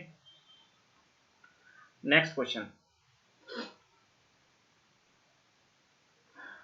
ओके, इसमें क्या बताया है कि find the number of ways of selecting 9 balls from 6 red ball, find the number of ways of selecting 9 balls from 6 balls, 5 white balls and 5 blue balls, ठीक है। हमें क्या करना है find the number of ways of selecting 9 balls, 9 balls select करना है, total 9 balls select करना है फ्रॉम दिस कलेक्शन। मतलब अगर हमारे पास 6 रेड बॉल मतलब रेड बॉल हमारे पास कितना हो रहा है 6 हो रहा है, 5 व्हाइट बॉल मतलब व्हाइट बॉल कितना हो रहा है 5 हो रहा है, और फिर क्या हो रहा है ब्लू बॉल, ब्लू बॉल हमारे पास कितना है 5 ब्लू बॉल। तो ये जो भी बॉल्स हैं हमारे पास उनमें से हमें क्या करना है 9 बॉल सिलेक्ट करना है। तो मैंने क्या किया given balls are 6 red ball 5 white ball and 5 blue balls, तो टोटल बॉल्स इक्वल टू क्या होगा तो 6 प्लस 5 प्लस 5, मतलब टोटल बॉल्स आ रहा है हमारे पास क्या 16। ठीक है, टोटल बॉल आ रहा है 16। ये जो 16 बॉल आ रहा है ना, इनमें से हमें क्या सिलेक्ट करना है, 9 बॉल सिलेक्ट करना है। लेकिन इसमें एक कंडीशन बता दिया उन लोगों ने। क्या कंडीशन है? कंडीशन है ये कि ये जो 9 बॉल सिलेक्ट करेंगे हम, अपनी मर्जी से सिलेक्ट करने से नहीं होगा। यहाँ पर पता है कि if each selection consist of each sorry of 3 balls of each colour मतलब ये जो हर एक अलग अलग कलर का जो बॉल्स है ना, हर एक कलर से 3 बॉल करके आना चाहिए।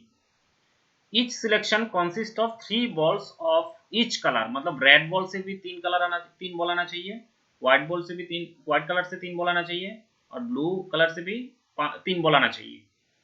ठीक है, मतलब रेड बॉल हमारे पास 6 बॉल है, 6 में से 3 आना चाहिए।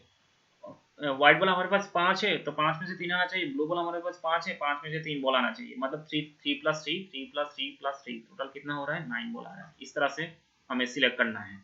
तो नंबर ऑफ सिलेक्शन क्या होगा, यहाँ पर मैंने लिखा therefore the number of ways of selecting 9 balls in which each selection consists of 3 balls of each color equal to, मैंने 6C3 लिखा। 6 क्यों लिखा, क्योंकि रेड बॉल हमारे पास 6 है, तो 6 में से 3 को सिलेक्ट करना, तो 5C3 इंटू 5 बॉल है व्हाइट बॉल, तो 5 में से 3 बॉल व्हाइट कलर का आना चाहिए, तो 5C3 हो गया। फिर ब्लू बॉल हमारे पास 5 है, 5 में से 3 आ जाए, तो 5C3। तो ये सारा कॉम्बिनेशन का जो फॉर्मूला है, मैंने इसको कैलकुलेट किया। ठीक है, कॉम्बिनेशन का कैसे कैलकुलेट करना है मैंने बताया था, वो एनसीआर का फॉर्मूला। एनसीआर का फॉर्मूला क्या है, n factorial r factorial N minus are का फैक्टोरियल, इस तरह से कैलकुलेट करना है। तो सारा का सारा वो जो है मैंने कर दिया। अच्छा, यहाँ एक चीज़ है कि 5C3 दो बार है मेरे पास, 5C3 दो बार है, तो इसलिए मैंने क्या किया, मेरे पास क्या है 6C3, तो 6C3 को मैंने लिखा है। और 5C3 दो बार है, तो मैंने 2 इंटू कर दिया। कोई भी नंबर दो बार मल्टीप्लाई होता है, जैसे कि x इंटू एक्स, तो हम क्या कर सकते हैं 2x लिख सकते हैं ना, तो मैंने वही कर दिया। 5C3 को दो बार करने की कोई जरूरत नहीं है, मैंने 2 इंटू वो 5C3 एक ही 5C3 को मैंने स्प्लिट किया। ठीक है, दोनों को स्प्लिट करने की जरूरत नहीं, मैंने 2 इंटू कर दिया क्योंकि दो बार है तो। ठीक है, तो देख लेना एक बार ये कैलकुलेशन। तो 5C3 को कैलकुलेट किया और यहाँ 2 आ गया, और यहाँ 6C3 का कैलकुलेशन। तो टोटल जो आंसर बन रहा है यहाँ पर 400। ठीक है, नेक्स्ट क्वेश्चन क्या है, एक सेकंड।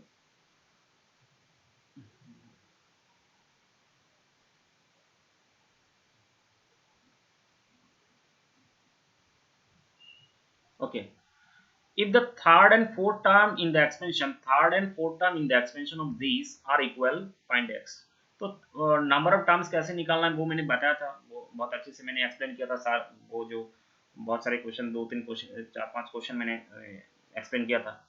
तो वही थर्ड टर्म और फोर्थ टर्म दोनों क्या बताया है, इक्वल बताया है। तो ये जो गिवन बाइनोमियल है इसको लिखना है, और थर्ड टर्म जो है, थर्ड टर्म T3 मतलब 2+1 करके लिखना है। तो देख लेना एक बार इसका कैलकुलेशन। ए का वैल्यू 2x हो रहा है, x का वैल्यू 1/8 हो रहा है, और n का वैल्यू क्या हो रहा है 10 हो रहा है। तो ये जो एक्सपेंशन है इसमें मैंने कैलकुलेशन किया, कैलकुलेशन को एक बार देख लेना। और उसी तरह से फोर्थ टर्म को भी मैंने कैलकुलेट किया। 4 मतलब क्या होता है 3+1, तो r का वैल्यू हो गया 3, बस उसमें a का वैल्यू और x का वैल्यू सेम सेम, और n का वैल्यू तो 10 ही है, वो मैंने कैलकुलेट किया। थर्ड टर्म और फोर्थ टर्म दोनों को इक्वल करके, उधर से जो दोनों वैल्यू आया है दोनों को इक्वल किया, इक्वल करके बस यहाँ से x⁴ है और यहाँ x⁴ है, तो यहाँ 7 और 8 कैंसिल होगा, तो इधर क्या रहेगा x रहेगा, मतलब 180x इक्वल टू 30। तो x इक्वल टू क्या होगा 30/180, 180 से डिवाइड होगा, आंसर आएगा या 1/6। ओके, ये जो क्वेश्चन है इसको मैं बताता हूँ। It is required to seat 5 men and 4 women in a row so that the women occupy even place. How many such arrangement are possible? Okay, यहाँ पर टोटल मैन कितना है, टोटल मैन है 5, वोमेन कितना है 4। और सब लोग क्या करेंगे, एक रो में बैठेंगे, एक रो में बैठेंगे। इस तरह से सीट है, मान लो टोटल सीट कितना है 9 सीट है, क्योंकि 5 लोग 5 मैन है और 4 वोमेन है।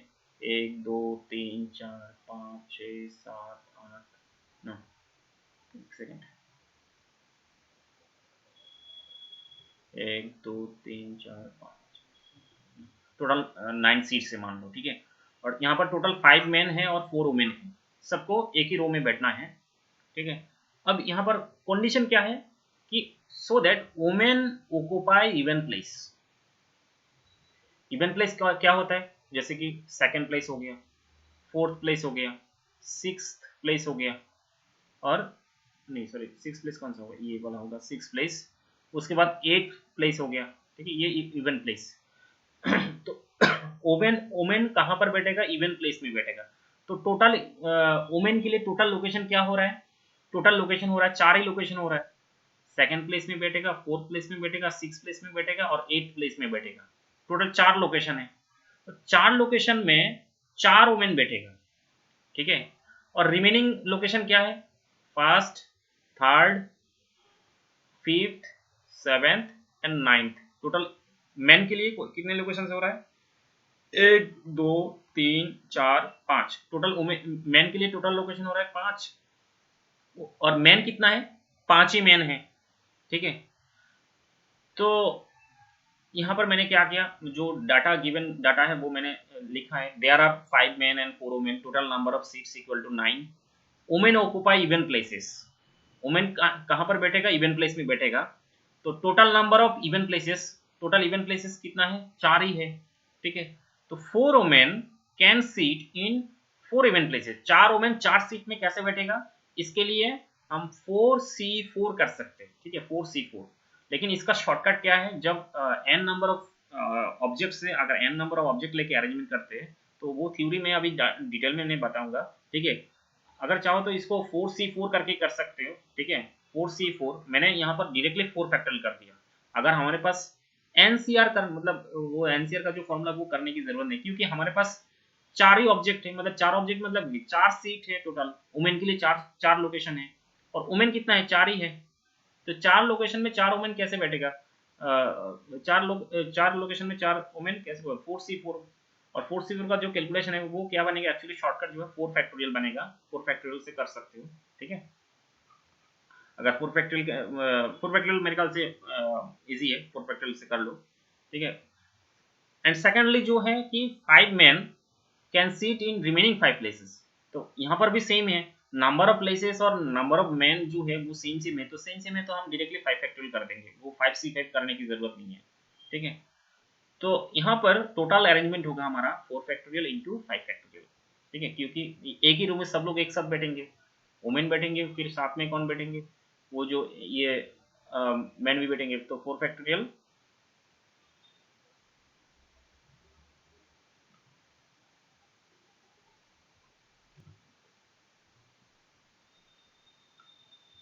तो क्या हो गया, 4 फैक्टोरियल इंटू 5 फैक्टोरियल हो गया, ठीक है। दोनों को 4 फैक्टोरियल मतलब क्या होता है 24, और 5 फैक्टोरियल मतलब 120, दोनों को मल्टीप्लाई कर दिया, आंसर हो गया, ठीक है। Next question, how many words can be form from the letters of the word daughter so that the vowels always come together। Question 2 क्या है, the vowels are never together, vowels are never together। तो given word क्या है, daughter, ठीक है। तो total letter कितना है डॉटर में, टोटल 8 लेटर है, 1 2 3 4 5 6 7 8, 8 लेटर है। तो टोटल लेटर इक्वल्स टू 8 हो गया। अच्छा, इसमें भावल कितना है, भावल होता है हमारे पास टोटल 3 भावल है, ए यू एंड ई। तो टोटल भावल हो रहा है हमारे पास 3। और जैसे कि क्वेश्चन नंबर 1 में बोला गया कि द भावल्स ऑलवेज कम टुगेदर, तो भावल को एक साथ लिखना है। तो एक साथ लिखने के लिए हमें इस सारे भावल को एक ही लेटर एजम्पशन करना है, ठीक है। यहाँ पर हमारे पास टोटल 3 भावल हो रहा है, ठीक है, 3, एक हो रहा है ए, दूसरा हो रहा है यू एंड थर्ड हो रहा है हमारे पास ई। तो ये तीनों को एक ही लेटर एज्यूम करना है, ठीक है। जब भावल को एक साथ लिखना है तो इस तरह से सॉल्व करना है, ठीक है। बाकी हमारे पास लेटर कितना है, डी हो गया, फिर जी हो गया, फिर एच हो गया, टी हो गया, आर हो गया, मतलब 1 2 3 4 5। और जो तीनों भावल को हमने एक लेटर माना था तो वो हो गया 1, 5 नीचे हो रहा है 5 और यहाँ पर और 1, ठीक है। टोटल 6 लेटर बन जाएगा तब, ठीक है। तो let us assume that all 3 vowels is 1 letter. तीनों भावल को हमने एक ही लेटर एज्यूम किया, तो therefore number of letter become कितना, 6। मेरे ख्याल से समझ में आया होगा 6 कैसे आ रहा है। तो यहाँ पर वो जो है डॉटर में से क्या हो रहा है, यहाँ पर कॉन्सोनेंट हो रहा है 5 और तीनों वावल को एक लेटर, तो इसलिए 6 हो रहा है। ठीक है, तो 6 लेटर कैन बी अरेंज, ये 6 letter can be arrange in 6 factorial ways. ठीक है, और यहाँ पर और एक चीज करना है कि जैसे कि हमने तीनों बावल ए यू ई तीनों बावल को हमने एक ही लेटर एज्यूमशन किया था, तो ये तीनों लेटर आगे पीछे खुद के साथ अरेंज हो सकता है। तो तीनों लेटर खुद के साथ कितने तरीके से अरेंज हो सकते हैं? 3 फैक्टोरियल। ठीक है, तो 3 vowels can be arrange among them 3 factorial way. तो total number of arrangement in which all vowels comes together, total number of arrangement क्या होगा? 6 फैक्टोरियल इंटू 3 फैक्टोरियल। तो 6 फैक्टोरियल मतलब वो 70 होगा, 1 into 2 into 3 into 4 into 5 into 6, 6 तक multiply. ठीक है ना, 3 फैक्टोरियल मतलब क्या है? 6 होता है, 1 इंटू 2 इंटू 3 6 होता है, तो मल्टीप्लाई करो हो जाएगा। अब क्वेश्चन नंबर 2 क्या था, इसमें क्या बोला था क्वेश्चन नंबर 2 में? उसमें बोला गया कि all vowels the vowels are never together, vowels एक साथ नहीं आएगा। तो कैसे करेंगे? इसके लिए हमारे पास जो रोमन 1 में हमने किया था कि 4320 अरेंजमेंट है जिसके साथ क्या है? All vowels come together. हम क्या करेंगे? टोटल अरेंजमेंट से वो जो बावल एक साथ वाला जो नंबर है उसको माइनस कर देंगे। तो रोमन 2 क्या लिखा मैंने? Now the number of arrangement in which all vowels are never together equal to total arrangement minus number of arrangement in which all vowels come together. तो टोटल अरेंजमेंट कितना होगा? क्योंकि डॉटर जो हमारे पास वर्ड है उसमें टोटल लेटर कितना है? 8 लेटर है।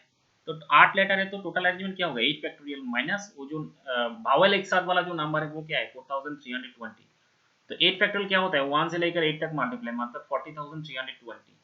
और इससे मैंने इसको माइनस कर दिया, आंसर हो रहा है क्या? 36,000। ठीक है, क्वेश्चन नंबर 11 भी सेम ही है। In how many ways can a cricket team be chosen out of a batch of 15 player? मतलब हमें 15 प्लेयर है टोटल, इनमें से एक क्रिकेट टीम बनाना है। तो क्रिकेट टीम बनाने के लिए टोटल प्लेयर कितना चाहिए? 11 प्लेयर चाहिए। लेकिन इसमें कुछ कंडीशन है। Roman 1, there is no restriction on the selection, कोई रेस्ट्रिक्शन नहीं। ठीक है, तो रेस्ट्रिक्शन नहीं तो हम नॉर्मली कर सकते हैं। इसमें मैंने क्या लिखा? Total number of player equal to 15।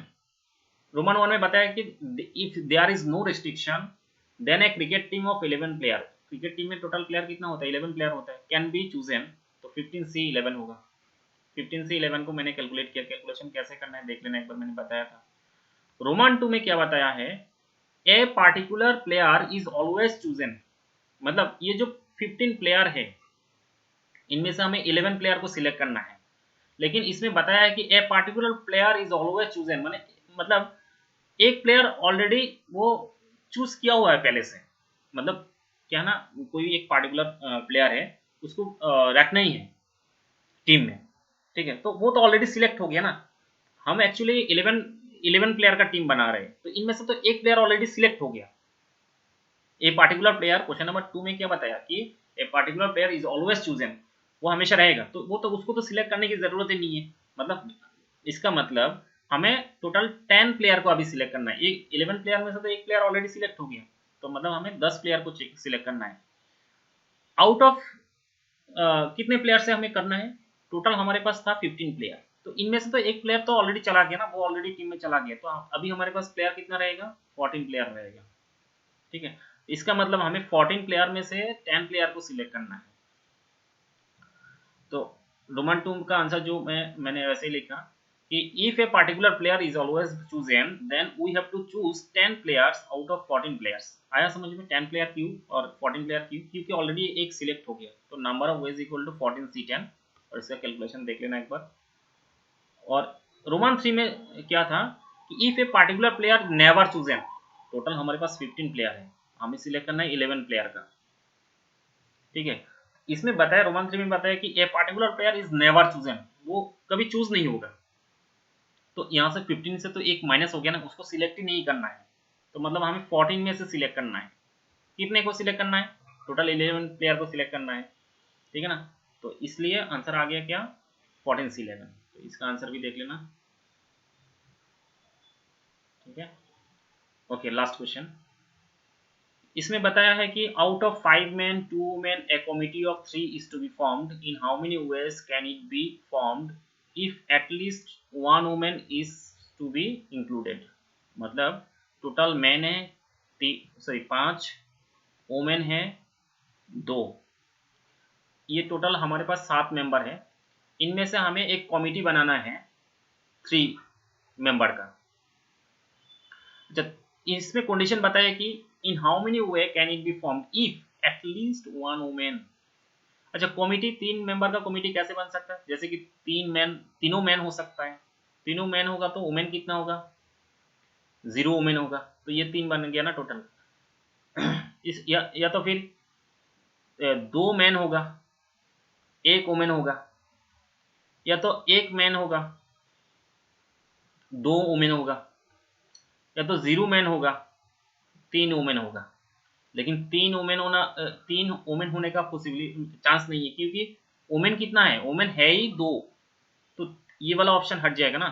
3 women का जो कमिटी है वो पॉसिबल नहीं है, क्योंकि वुमेन इतना नहीं है, 2 ही वुमेन है। तो क्वेश्चन में क्या बताया है कि एटलीस्ट 1 वुमेन होना चाहिए। एटलीस्ट 1 वुमेन का मतलब क्या है कि या तो 1 वुमेन होगा या तो 1 से ज्यादा होगा 2 वुमेन। मतलब ये दोनों जो कंडीशन है, ये जो ऑप्शन दिख रहा है इन दोनों का नंबर निकालना है।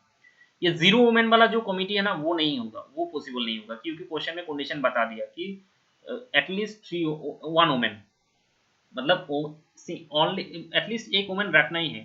ठीक है, तो यहाँ पर there are 5 men 2 women, total member कितना है? 7। A committee of 3 is to be formed therefore.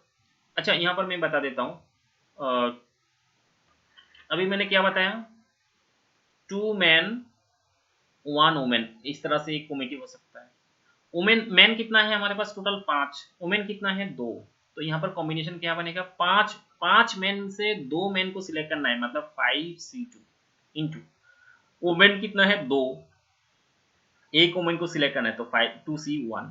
ठीक है, उसके बाद सेकंड क्या है हमारे पास? सेकंड कंडीशन क्या बात है? 1 मैन या तो 2 वुमेन, 1 मैन एंड 2 वुमेन। तो 1 मैन 2 वुमेन किस तरह से सिलेक्ट हो सकता है? वुमेन मैन हमारे पास टोटल 5 है, तो 5 में से एक को कैसे सिलेक्ट करेंगे? 5C1। ठीक है, 5C1। वुमेन कितना है हमारे पास? 2, और 2 वुमेन को सिलेक्ट करना है तो 2C2। 2C2। ठीक है, तो वही मैंने लिखा, therefore the number of ways in which at least one woman is to be included क्या होगा? वो दोनों को मैंने प्लस कर दिया। एक बताया मैंने 5C2, ठीक है, 5C2 मैंने इधर पीछे लिखा मैंने वो 5C2 इंटू 2C1। 5 क्यों आ रहा है? ये हो रहा है वुमेन से। वुमेन हमारे पास टोटल 2 है, 2 में से एक को सिलेक्ट करना है तो 2CN।